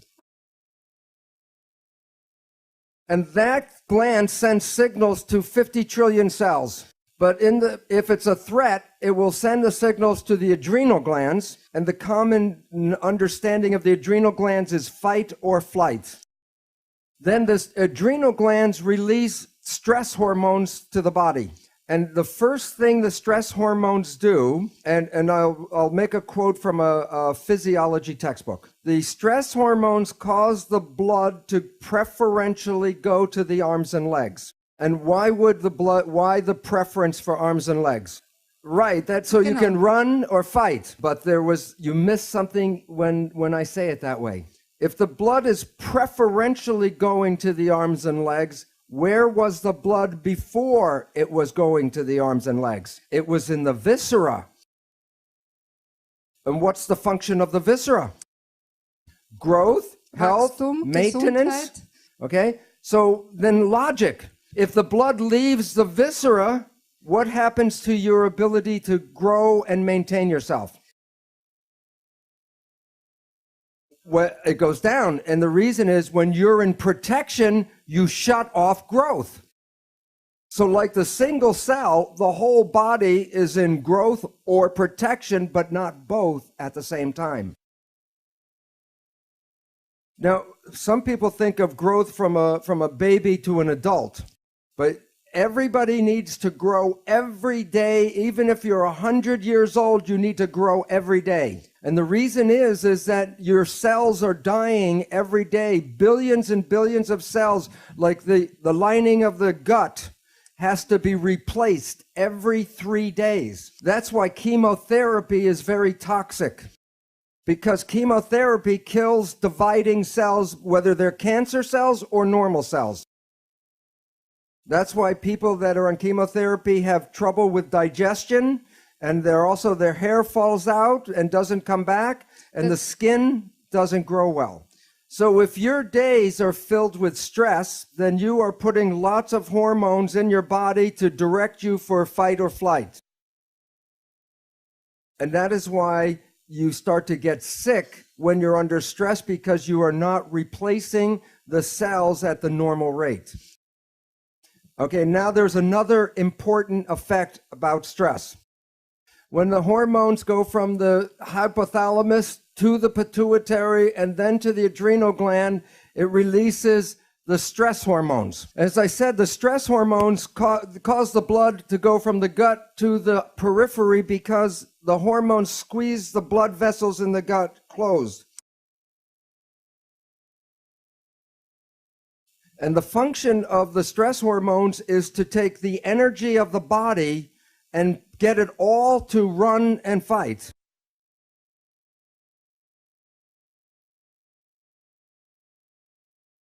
So the stress hormones will shut off the functions of things that will not be needed in fight or flight.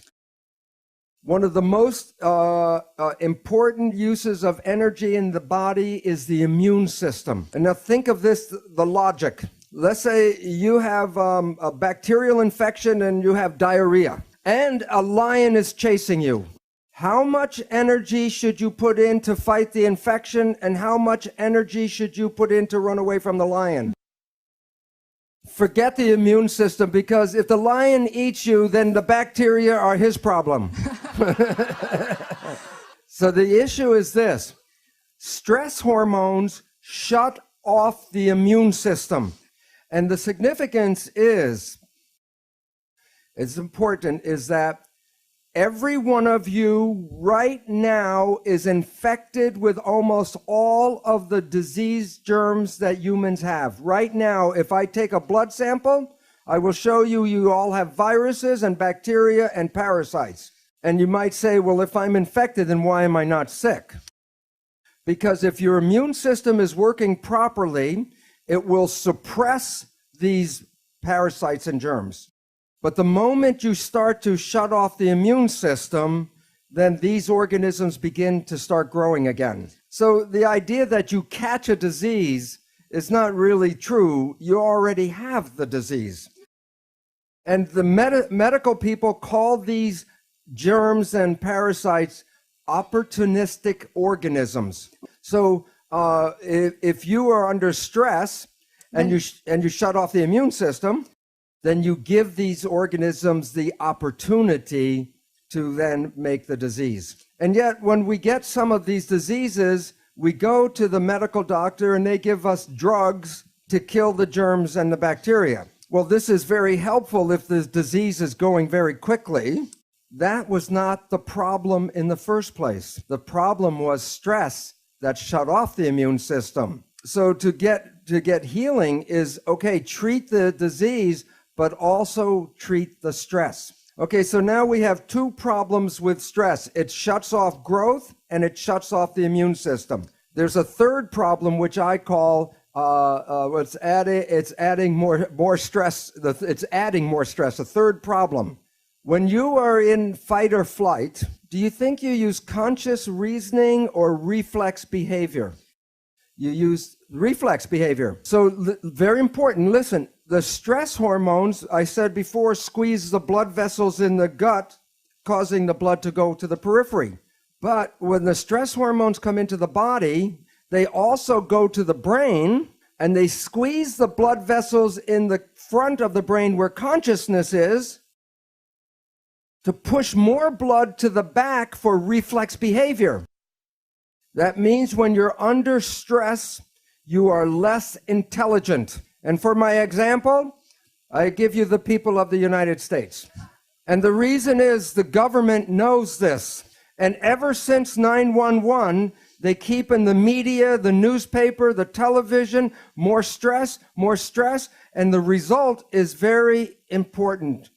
And the importance is this: since 9/11, every year, the pharmaceutical companies have made 20% more profit every year. In 5 years, 100% more profit in selling drugs. So it's important to realize that stress affects you in many different levels, but all of them result in shutting down your life. So in our next picture, it's like the cells. People move toward positive growth attraction signals, and people move away from fear or threatening signals. When you move in this direction, you're in growth, and in the other direction, protection. And some things in our world are like elevator music, indifferent. It has now been demonstrated that love is the greatest growth signal in the world. For example, in Yugoslavia, where they have orphanages, who was the leader of Yugoslavia?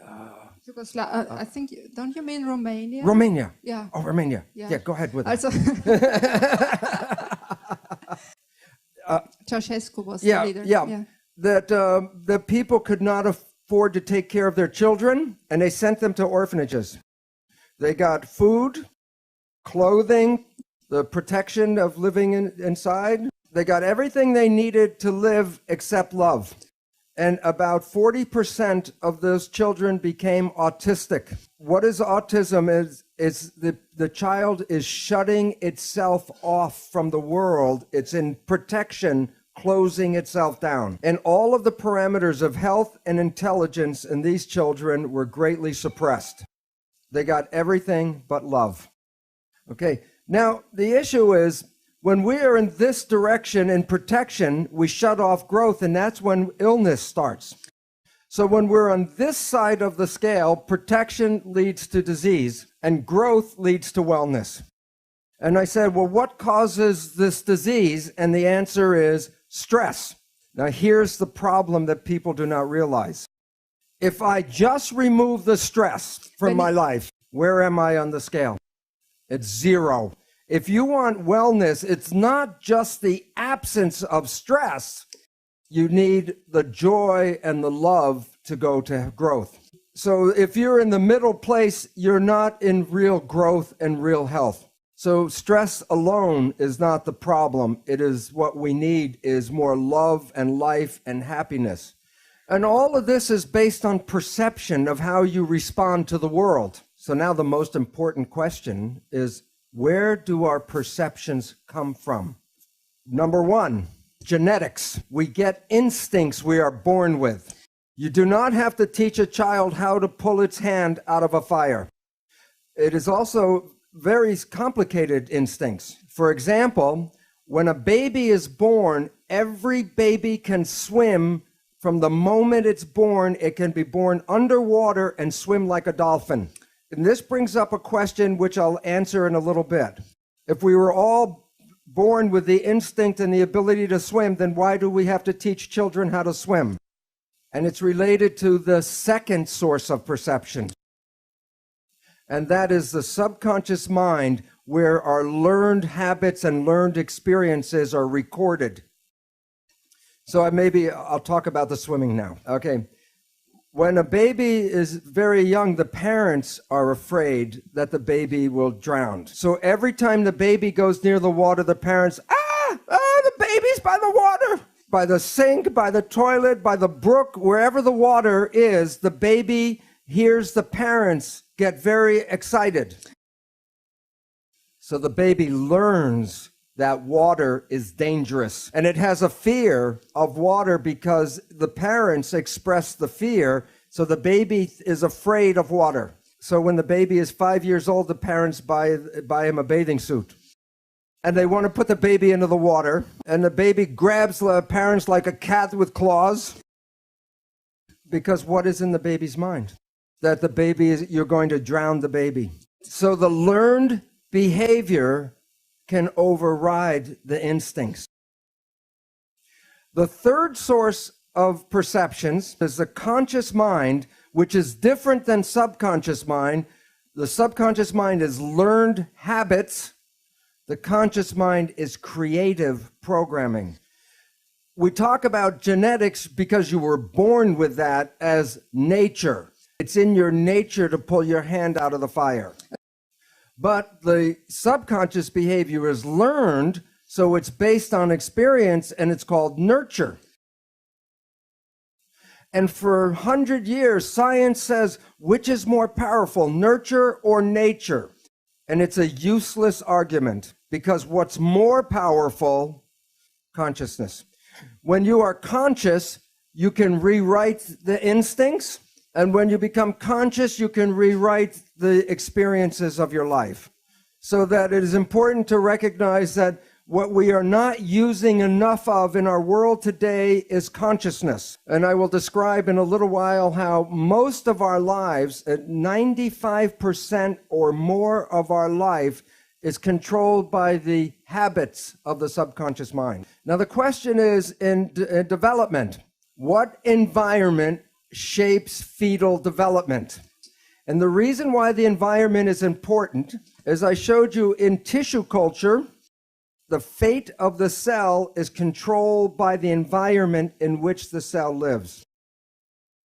Whether it's just one cell or billions of the cells in a fetus, it's still the same response. So the question is, what environment is controlling the development of the fetus? You know what? Mama? The mom, absolutely. The mother's environment shapes the fetal environment. When a woman is having a baby and she visits an obstetrician, the obstetrician asks mainly 3 questions. Are you eating well? Are you taking vitamins and minerals? Are you getting exercise? Why so few questions? And the answer is this. Medicine believes the fetus is controlled by the genes, genetic determination. And so therefore, the development of the baby has nothing to do with the mother. And so therefore, the mother's only role is to feed the baby. But as we talked about, the new science called epigenetics says that the environment controls the genes. Now think about this. This is an issue.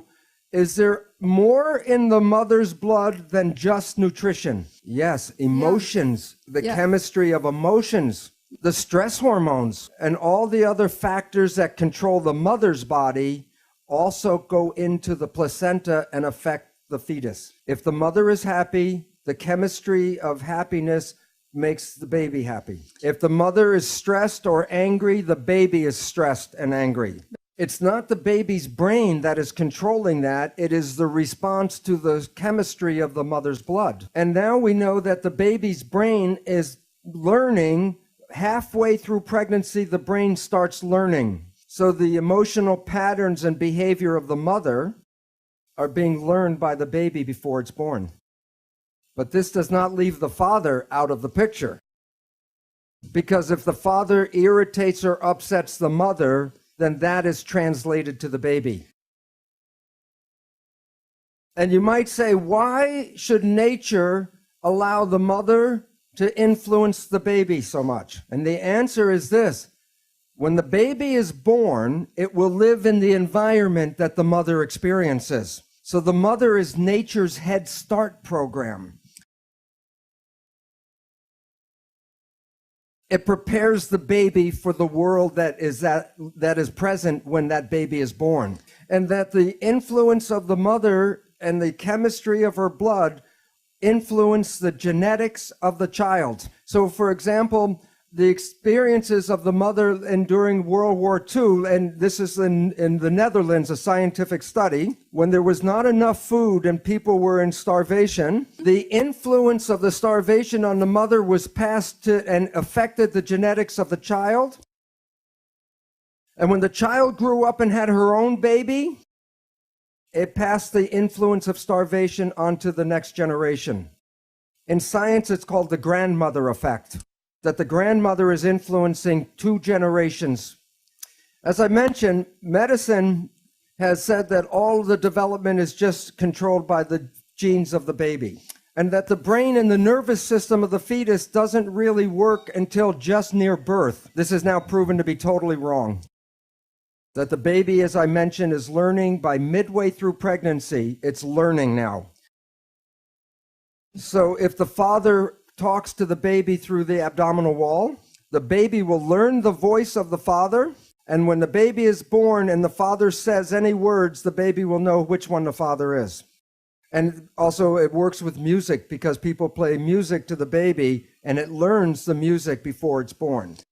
Now I'm going to show you an experiment, a sonogram. And it's a sonogram of a fetus, and there's an argument between the mother and the father. It's in Italian, but it doesn't make a difference because an argument is the same in any language. But what I want you to observe is the response of the fetus.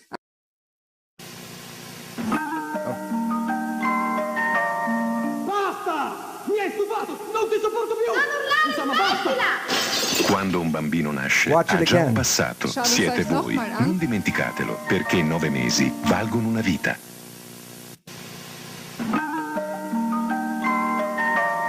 Basta! Mi hai stufato! Non ti sopporto più! Non urlare, smettila! Quando un bambino nasce, ha già un passato. Siete voi. Non dimenticatelo. The baby experiences everything the mother experiences. And if there are patterns, that's when the baby learns. So we were affected before we were born. The personality we have was being laid down before we were born. And in a new book called Why Love Matters by Susan Gerhardt, she describes how the brain develops and how our personality is already derived by 2 years of age. And that's the personality we will express through the rest of our lives until we change that. And I have been talking about how parents influence the genetics of the child. And I say parents are genetic engineers because they shape the genetics of their child. And I've been talking about that for 20 years. And now finally science, and this is from Scientific American, and the conclusion, as they show, the findings suggest that a mother's parenting style can affect the activity of a child's genes. So there is a lot of responsibility in being a parent that we have not been aware of, because we've always said genes control biology, but it's the environment that controls biology. Question. In the news and worldwide, we see an increase of autism and learning disabilities in children. And I can see now how that is connected. And the question is, can this trend also be reversed or improved? Okay, 2 parts. I will make 2 answers. One, there is an epidemic increase in autism, yes. But it's not all due to negative environments. So it's not all the parents' fault. It's an influence of the field. An influence of things believed, for example, like vaccines. And there might be an influence from spiritual, bringing in from the spiritual world. The question is there anything that can be done about it? And yes, the answer is yes. One of the most important things is if you catch it early. And you may ask, well, how would you know early? And this also brings up an important topic which I'll expand on. When a baby is born, it has got an instinct to learn the parent's face within the first few days of birth. And you'll see when a mother or a father is holding the baby will stare at the face. Within 2-3 weeks after the baby is born, the baby can distinguish on the basis of the eyes of the parents if the parents are happy or the parents are afraid or angry. And it's a very important reason why the baby does this. Because when a baby now is born, everything is new for the baby in the world. And the instinct of the baby when it comes across something new is to turn and look at the face of the parents. And if the parent looks like no, the baby will instantly learn that whatever that the baby was near was dangerous or shouldn't go near it, and it doesn't need to learn any more than that. It just looks at the face. And if the baby looks at the parent's face and sees that the father or the mother is happy when the baby is looking at something new, then the baby immediately knows that perception is that whatever that is, it is not bad. But you also might be familiar with it's not just in babies, because when a child is on a playground and falls down from a swing or some toy, or the baby or the child will look for the parents. And if the parents are in shock, the baby or the child will cry. And if the child looks at the parent and the parents go, like it's okay, the child will get up and everything will be okay. So the important fact is this: a child learns about the world first by studying the face and the eyes of the parents. And what's different about an autistic child, it doesn't look in the face and the eyes of the parents. It will look at a mouth, but then the signals don't make any sense. And there is a book called Attachment Bonding by a woman called Katie Granju. And she describes how an orphan baby was autistic and would not look at the face of the caretaker. So the caretaker would feed the baby with a bottle, but if the baby did not look at her eyes, she took the bottle out. And soon the baby learned to feed by looking into the eyes of the caretaker. And that baby was no longer, grew up not to be autistic. And this is a parenting problem because most parents do not know that this important communication is going on. So they're not paying attention when the child is looking for information in their face. And this interferes with the instinct of learning. So if parents do not pay attention like this, then frequently the child then starts looking everywhere for some information and then loses its focus and attention. And it contributes to attention deficit disorder. Sorry. It's short, yeah. Yeah. You said that influence the field, vaccines, and maybe spiritual world. So in this context, what is spiritual world for you? To start with very quickly, I did not believe in the spiritual world.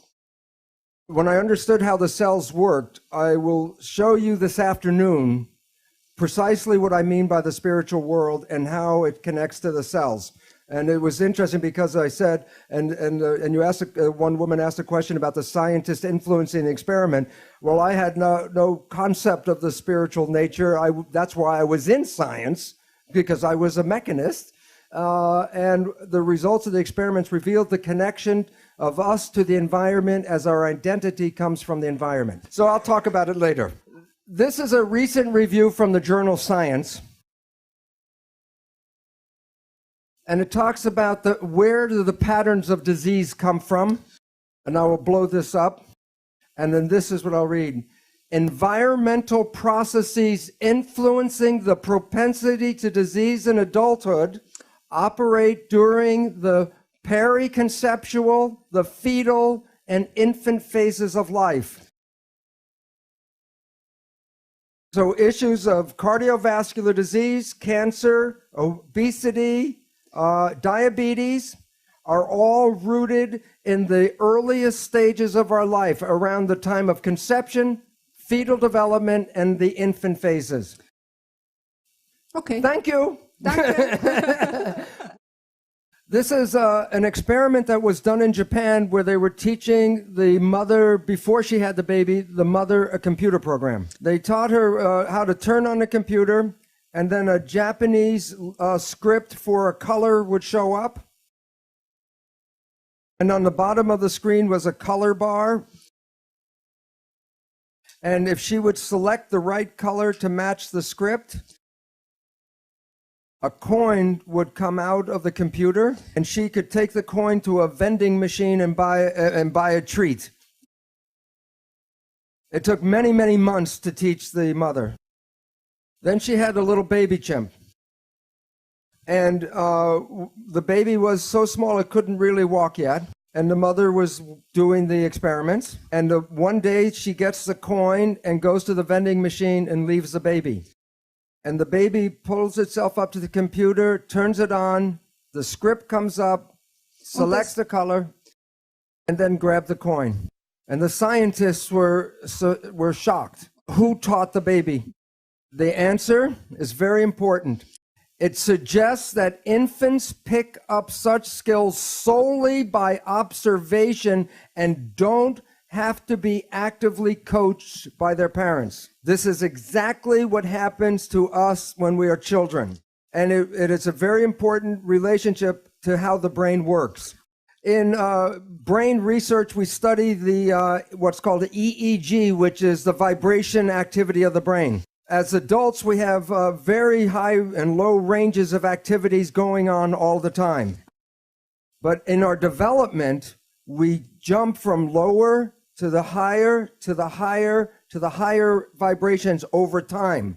For the first 2 years, from before birth to the first 2 years, we are in the lowest frequency. Okay? From two, this is for an adult, delta is like sleeping or unconscious. But for a child, the child is not unconscious, but because the child can't make a response, it is like behind a window watching the world but can't respond. From 2 until 6, there's higher activity called theta. When we're in theta, it's like imagination. That's why children between 2 and 6 mix the real world and the imaginary world in their play. When the child gets to 6, then another level starts called alpha, which is calm consciousness. When the child reaches 12, it can express all the ranges from delta, theta, alpha, and this is like schoolroom consciousness, beta.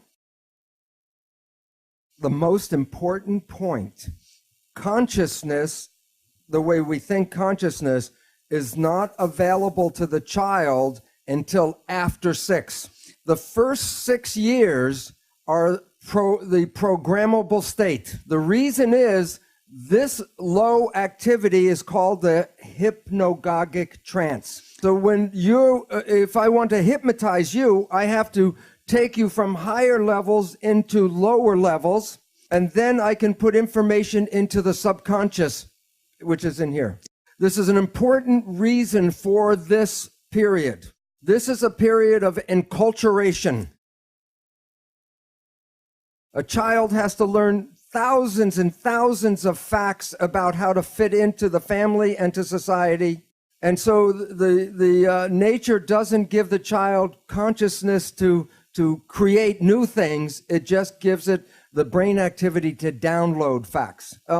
People are familiar with the Jesuits would say, give me a child until 6 years of age, and it will belong to the church for the rest of its life. Because whatever goes in the first 6 years is the first structure in the subconscious mind. The child is in a state of super learning. A child between 0 and 6 can learn 3 languages at the same time. But after this period, if you try to teach a child just 1 language, it's difficult. So this period in our life is where we learn the fundamentals of relationships, connections, family, and community. So like the chimpanzee, whatever the baby sees, experiences, or learns from the family, it goes right into the subconscious brain. And this is also the period where we learn self-identity. Who are we? What parents tell us we become. So if parents tell us we are smart and bright and lovely and wonderful, that goes into the program. But if we are told we are not nice people, or we're not smart, or we're not pretty, or we're not good, that goes into the program. So for example, in a store, when a child is throwing a tantrum because it wants a toy, and then the parents say, you do not deserve the toy, then that is the program, I do not deserve. But once it's in the subconscious, it's recorded like a tape player. And the rest of your life, the subconscious will play, I do not deserve. I do not deserve. So that the programs that we acquired in the first 6 years shape how we live our life. But this is all below consciousness. So you may not know the programs you received because you were not conscious really during this time period. But most all of us have received a program of not good enough, not the best we can be. Okay, now let's talk about the next part. The mind has two parts. The subconscious mind is the original brain, and it can process 40 million bits of data from the environment every second. The mind is very powerful and very fast, but it's totally habitual. It's not creative. It can only play back what it learns. In evolution, the front part of the brain, the prefrontal cortex, gives rise to consciousness. It's a small piece of the brain that is consciousness. Self or consciousness is an add-on option, and most people don't exercise the option. But note, it can process only about 40 bits of data per second. The subconscious mind is 1 million times more powerful. While the subconscious mind is fast, the conscious mind is slow at processing. That's why when you're in an emergency or stress, you operate from this one because it can operate fast and handle lots of data. But the difference between the two is this is habitual. It is the conscious mind that is creative and can generate free will. Just to give you an idea of the difference between 40 million bits and 40 bits, I'll show you the next picture. Imagine this picture has 40 million pixel dots, which is like one nerve, each nerve going into the subconscious. How much, if you open your eyes, how much of this picture does the conscious mind see? That much. I put that much, 40 pixels. Well, the conscious mind is only aware of this much. The subconscious mind is handling all of the other information. The conscious mind can control anything in your entire body. They used to say there were parts of our body that were involuntary control.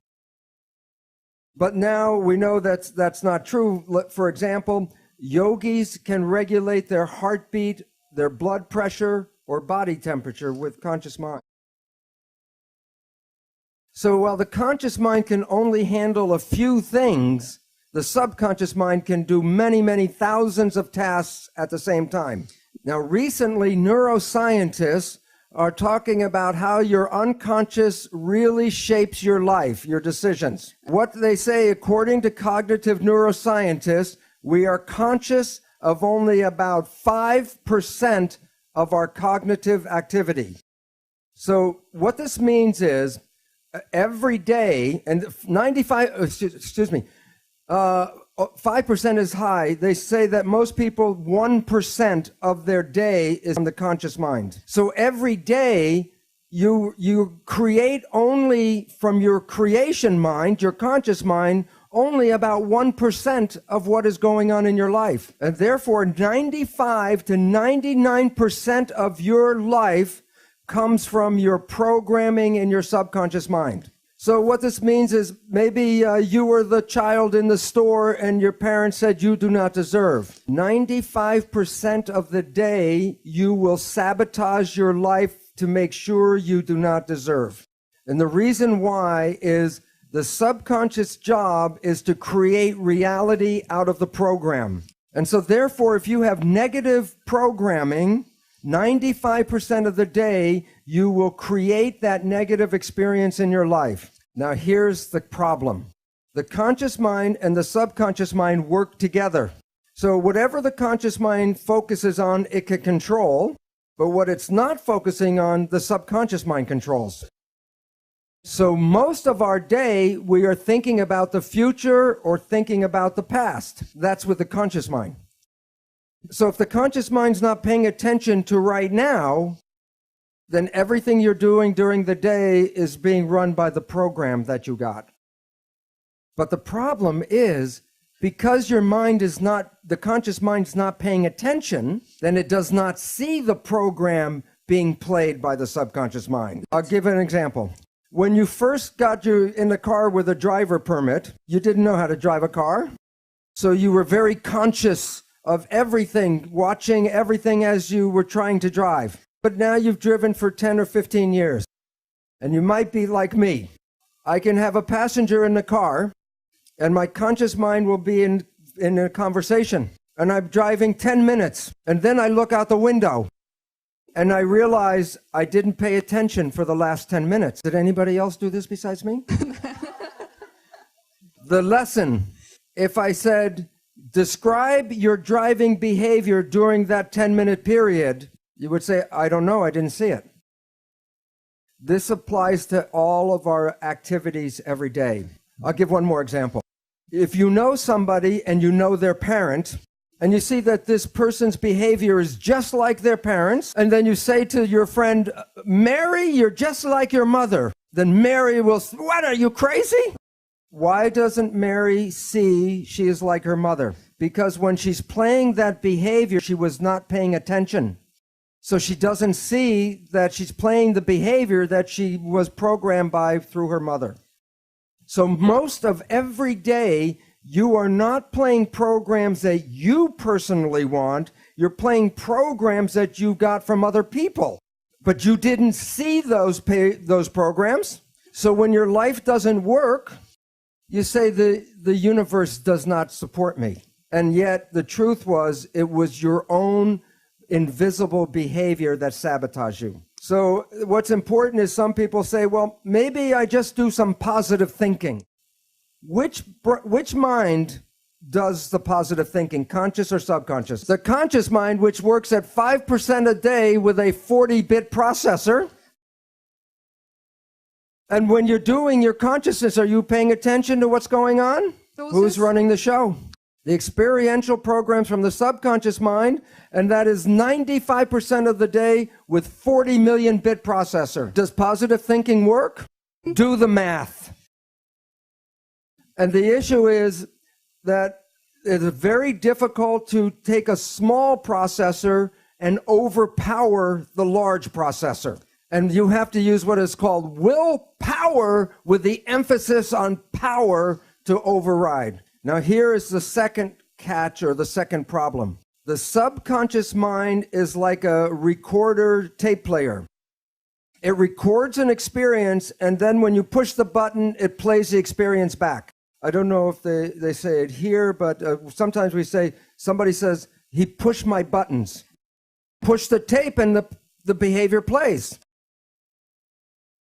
So then we take our conscious mind and we want to talk to the subconscious mind and change the program. Now think about it this way. You have a tape player and I give you a cassette with a program. And you put the tape in and you push play. And the program is going, you say, I don't like the program. Then you go up to the tape player and you say, change the program, change the program. How much yelling at the tape player will cause the program to change? First we talk, then we yell, then we get mad, then we ask God to change the tape. The issue is the tape will not change by doing that, but there are ways to change the program if you know how to push the record button. I will talk about, just mention 3 different ways to control your life. Number 1 is Buddhist mindfulness. And what that means is, if you are conscious and pay attention, then you don't play the tape. And I bet everyone in this room has experienced a time in their life where you did this, and it was one of the most special periods of your entire life. It was the day that you met your special partner or the person you fell in love with. If you think back to the period where you really had your first big love affair, I bet you were happier and healthier than you ever were, even from the day before you met them. And I call this the honeymoon period. Why was your life and your honeymoon so beautiful? I'll give an example. The day before you meet this person, how long did it take you to get dressed? 5 minutes, you put your clothes on, you're out. How long did it take you to eat your dinner? A few minutes, and then you wipe your face with your sleeve. But now, today, you meet your special love. You're going to go on a date. How long does it take you to get dressed? Be an hour or more. And then you go to dinner, and I bet you remember every rule of etiquette. You use the right fork and the right spoon. The napkin, you blot, and you didn't talk with the food in your mouth. What was different that day than the day before? You watched yourself. You didn't let the automatic program play. You were consciously controlling everything because you wanted to show your special person who you really are, so you made an effort to watch yourself. So both people are being their best they ever have been. And love is everywhere. And then time goes on, and then your life comes back in, and you start to get busy. And your mind starts to think about the job or the world or whatever it is. So while you're thinking with your conscious mind, then you're behaving with which mind? The subconscious mind. Whose programs are in the subconscious mind, yours or somebody else's? So your friend comes up and asks you a loving question, and your mind is thinking of something. And then you respond like your parent to them. And they look at you like, what kind of behavior is that? Did you see the response? Yes or no? So you say, what are you talking about? And then the arguments begin. Because now you're communicating as a different person. You're not communicating with the person you believe you are in your conscious mind. So if you were the child in the store at 6 and you were told you do not deserve, and then you're on your job in a little tiny room doing a little job, and you're thinking, I'm better than this. I should be running the company. And while they're thinking that, they're doing a job. Who's running the job? The subconscious. And what is the subconscious program? You do not deserve, so you make mistakes. How many of you were told you were average students? And then you take an exam, and when you get the test back, you look at a question, you said, I knew the answer to that. Why did I mark it wrong? Because the subconscious job is to create the reality of the program. So your life does not reflect what you want. It reflects the program you were given. So one way out is consciousness. Just be conscious, and then you don't play the tape. A second way out, clinical hypnotherapy. Because that puts you back in the same brain state that you were in the learning period. And then you can put a new program and rewrite the tape. Yet there is a better and faster way even. There's a group of new psychology modalities called energy psychology. There are many different versions. For example, holographic repatterning, body talk, EMDR, EFT. The one I am most familiar with is Psych-K, PSYCH-K. These programs are like pushing the record button on the tape player. These programs can change a belief you had your entire life in maybe 15, 20 minutes. Many of them, like Psych-K, create a state of super learning like you were when you were an infant. I am not going to talk about these modalities. On my website, I have a list of all the different ones, most of them now, and you can select that and go to their own website and read about them. Okay, now what I want to talk about is your thoughts go in and adjust your body on the inside, but I'm now going to show you how your thoughts go out and affect your life on the outside. This is an older picture of a new technology called magnetoencephalograph, MEG. EEG, you put wires on your skin and read the brain activity. MEG, the probe does not even touch the head. You can read your brain activity outside of your head. It's not magic. When a nerve carries a signal, it's like an electric wire. It has an electrical component as shown in the black arrows, and so the electric component can be picked up by electrodes on the skin. But when a wire is carrying a current, it also has a magnetic field around it.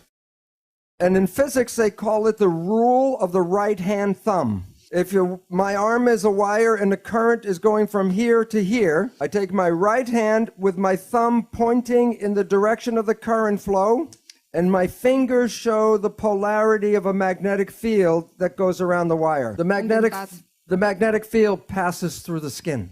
Your thoughts are not contained in your head. This was an experiment by an Indian scientist, Amit Goswami. He was in What the Bleep. He had two people meditate on each of them being present together. And then he separates them by 50 feet. And in one of the people, he flashes a strobe light in his eye very fast. And it causes what they call an evoked potential, a very fast firing of the brain. Well, this one saw the light and had the evoked potential. The other one, 50 feet away, at the same time he had the evoked potential, the other one had an evoked potential and didn't see the light. Because as I talked about yesterday, people are not particles, they're waves. And waves become entangled with each other. The people that you get connected to, you are entangled with. And many people are familiar, if you think about someone or talk about someone you haven't seen for years, and I say, oh, I haven't seen my friend John in 10 years, and the phone rings and it's John.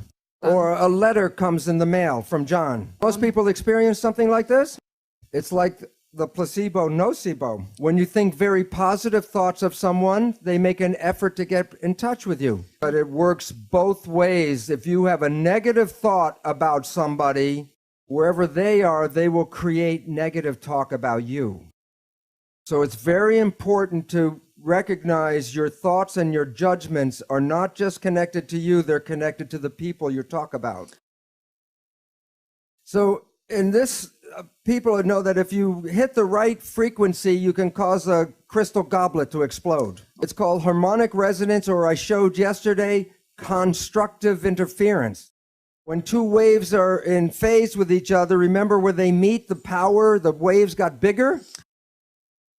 Well, atoms vibrate at a frequency, and if I use the same frequency with a tuning fork, constructive interference, and it causes the atoms to spin faster, and then the glass explodes. Now, the question is, in experiment, if I hit the tuning fork, what will happen in this picture? All of them? Only this one. Why? It's interference of the same frequency. Different frequency, it doesn't respond.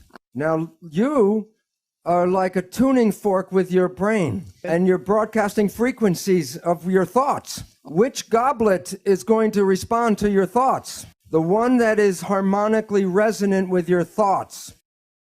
If you live in fear, you're not going to activate the Dalai Lama, but you may get Scarface to show up. So when you are having thoughts, you are exciting and activating those things in the world that are connected to your thoughts. When a mugger is trying to pick out which person he's going to attack, which one of the different people walking down the street, which one do you think gets attacked? The one who is most afraid. Because the one who's most afraid will resonate, and that means that the mugger doesn't have to do anything, go boo, and everyone will give him everything. But while it works for individuals, it is very powerful when a whole group of people have the same thoughts. You can't make a war unless enough people are ready to make a war. I'm going to show a picture of mass action here, and it relates to in New York City, 1 year after 9/11. So this is September 11th, 2002, the 1-year anniversary of 9/11. What was everybody in New York thinking about that day? The winning number, 911. Because we collectively create the reality. When Greg and I were in Australia and met with the knowledge keeper, the Mandaeans, he said that through their practice they see into the future, and they know about Saddam Hussein. They knew about George Bush. And then he said, and the coming war. And Greg said, does that war have to happen? And he had a very wise smile, and he said, no, If the consciousness changes, there won't be a war. And the point is that we are collectively creating the reality, and if we change our beliefs about reality, we change the world with that change. So I'm now going to take the jump because I mentioned I was going to talk about how I became spiritual. And I'm going to talk about cells. I'm going to talk about two identical cells. I chose liver, but it could be muscle, bone, brain, skin. But I wanted two identical types of cells. But this cell belongs to Bruce, and that's your cell, Margaret's cell. No two people are the same. And I say that for a simple reason. If I take my cells and put them into your body, your immune system will say not self and destroy the cells. And if I take your cells and put it into my body, my immune cells will say not self and destroy the foreign cells. So cells have identity. And I say, where is the identity that makes one person different than another person? That's why I chose two identical cells, because here's what I'm going to do. I'm going to remove the color from everything that's the same between the two cells. So where the color is left over is where two cells are different from each other. Magic. Where's the difference between two people? On the surface of the cells are receptors, like I showed on the switches yesterday. And receptors are antennas. And that the antennas on my cell receive a different signal than the antennas on Margaret's cells. But where are the antennas located? On the outside of the cell. So where do you think the signal comes that activates the antennas? From the field. Let me give you the name.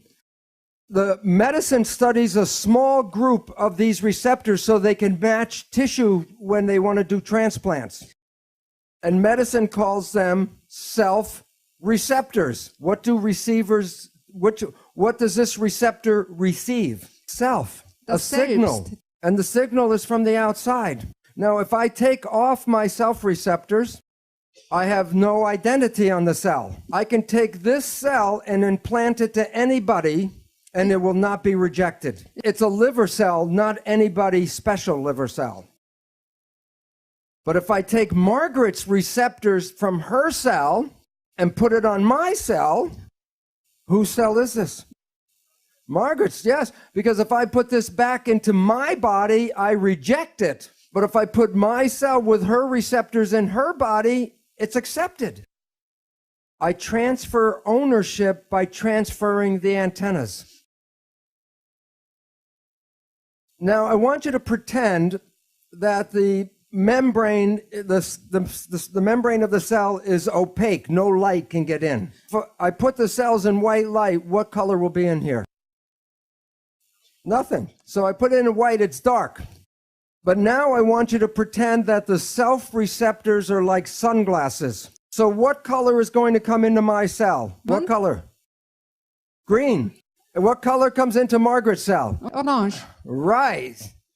Okay, now the most important question. Where did the color come from? From the outside. And now what is the outside? All that is.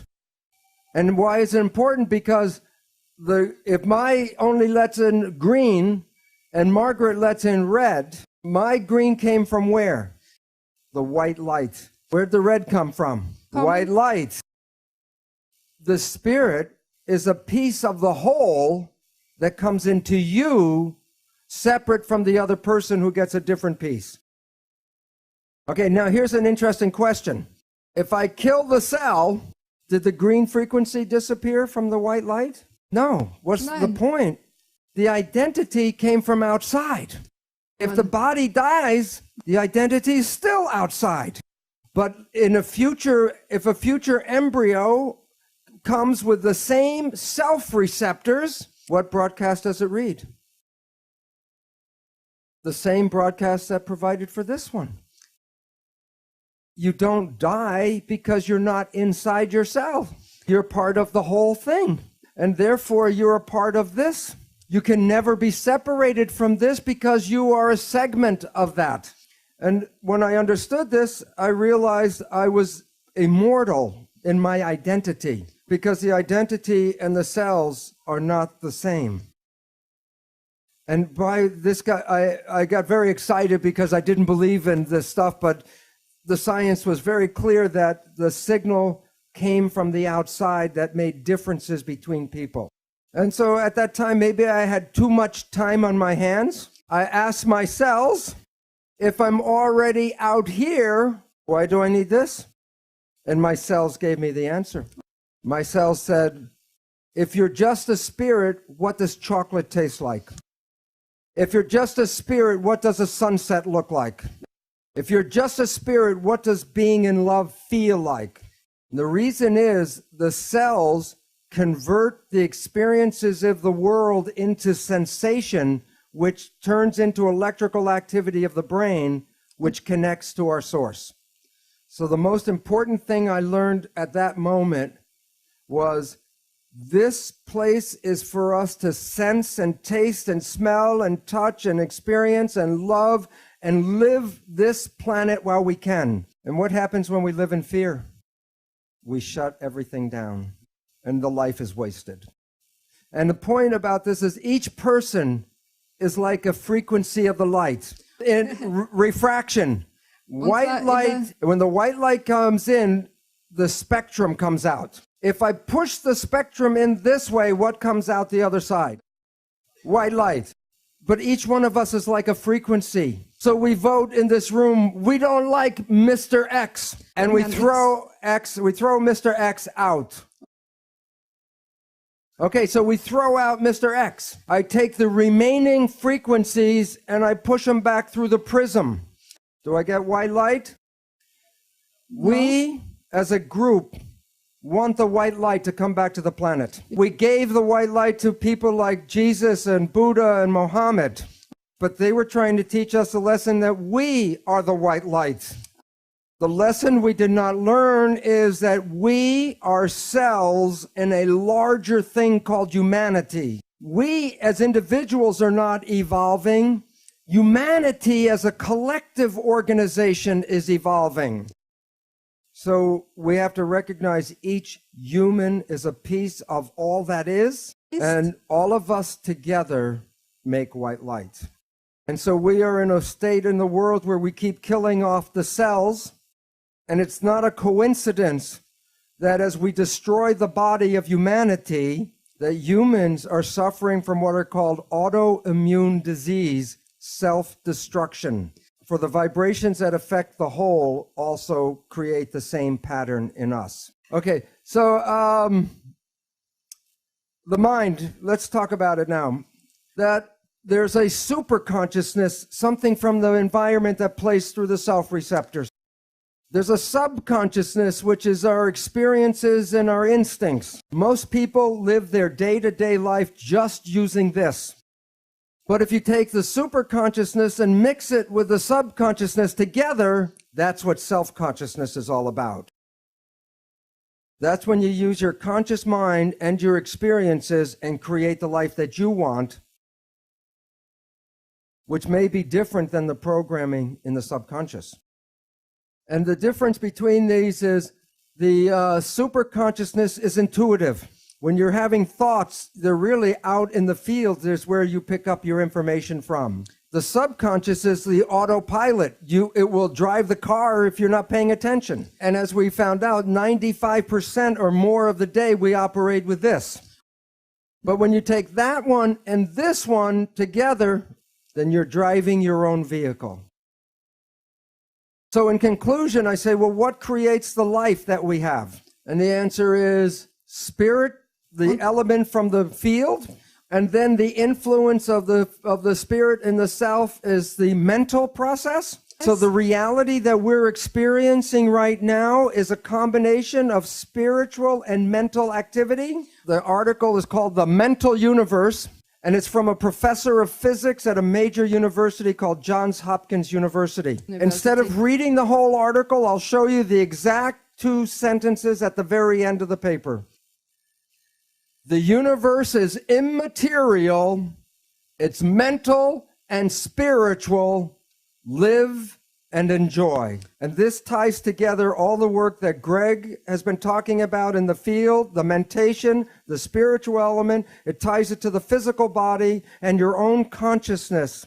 And therefore, we have a good message from science. We can create the world that we want, and what we have to do is become conscious.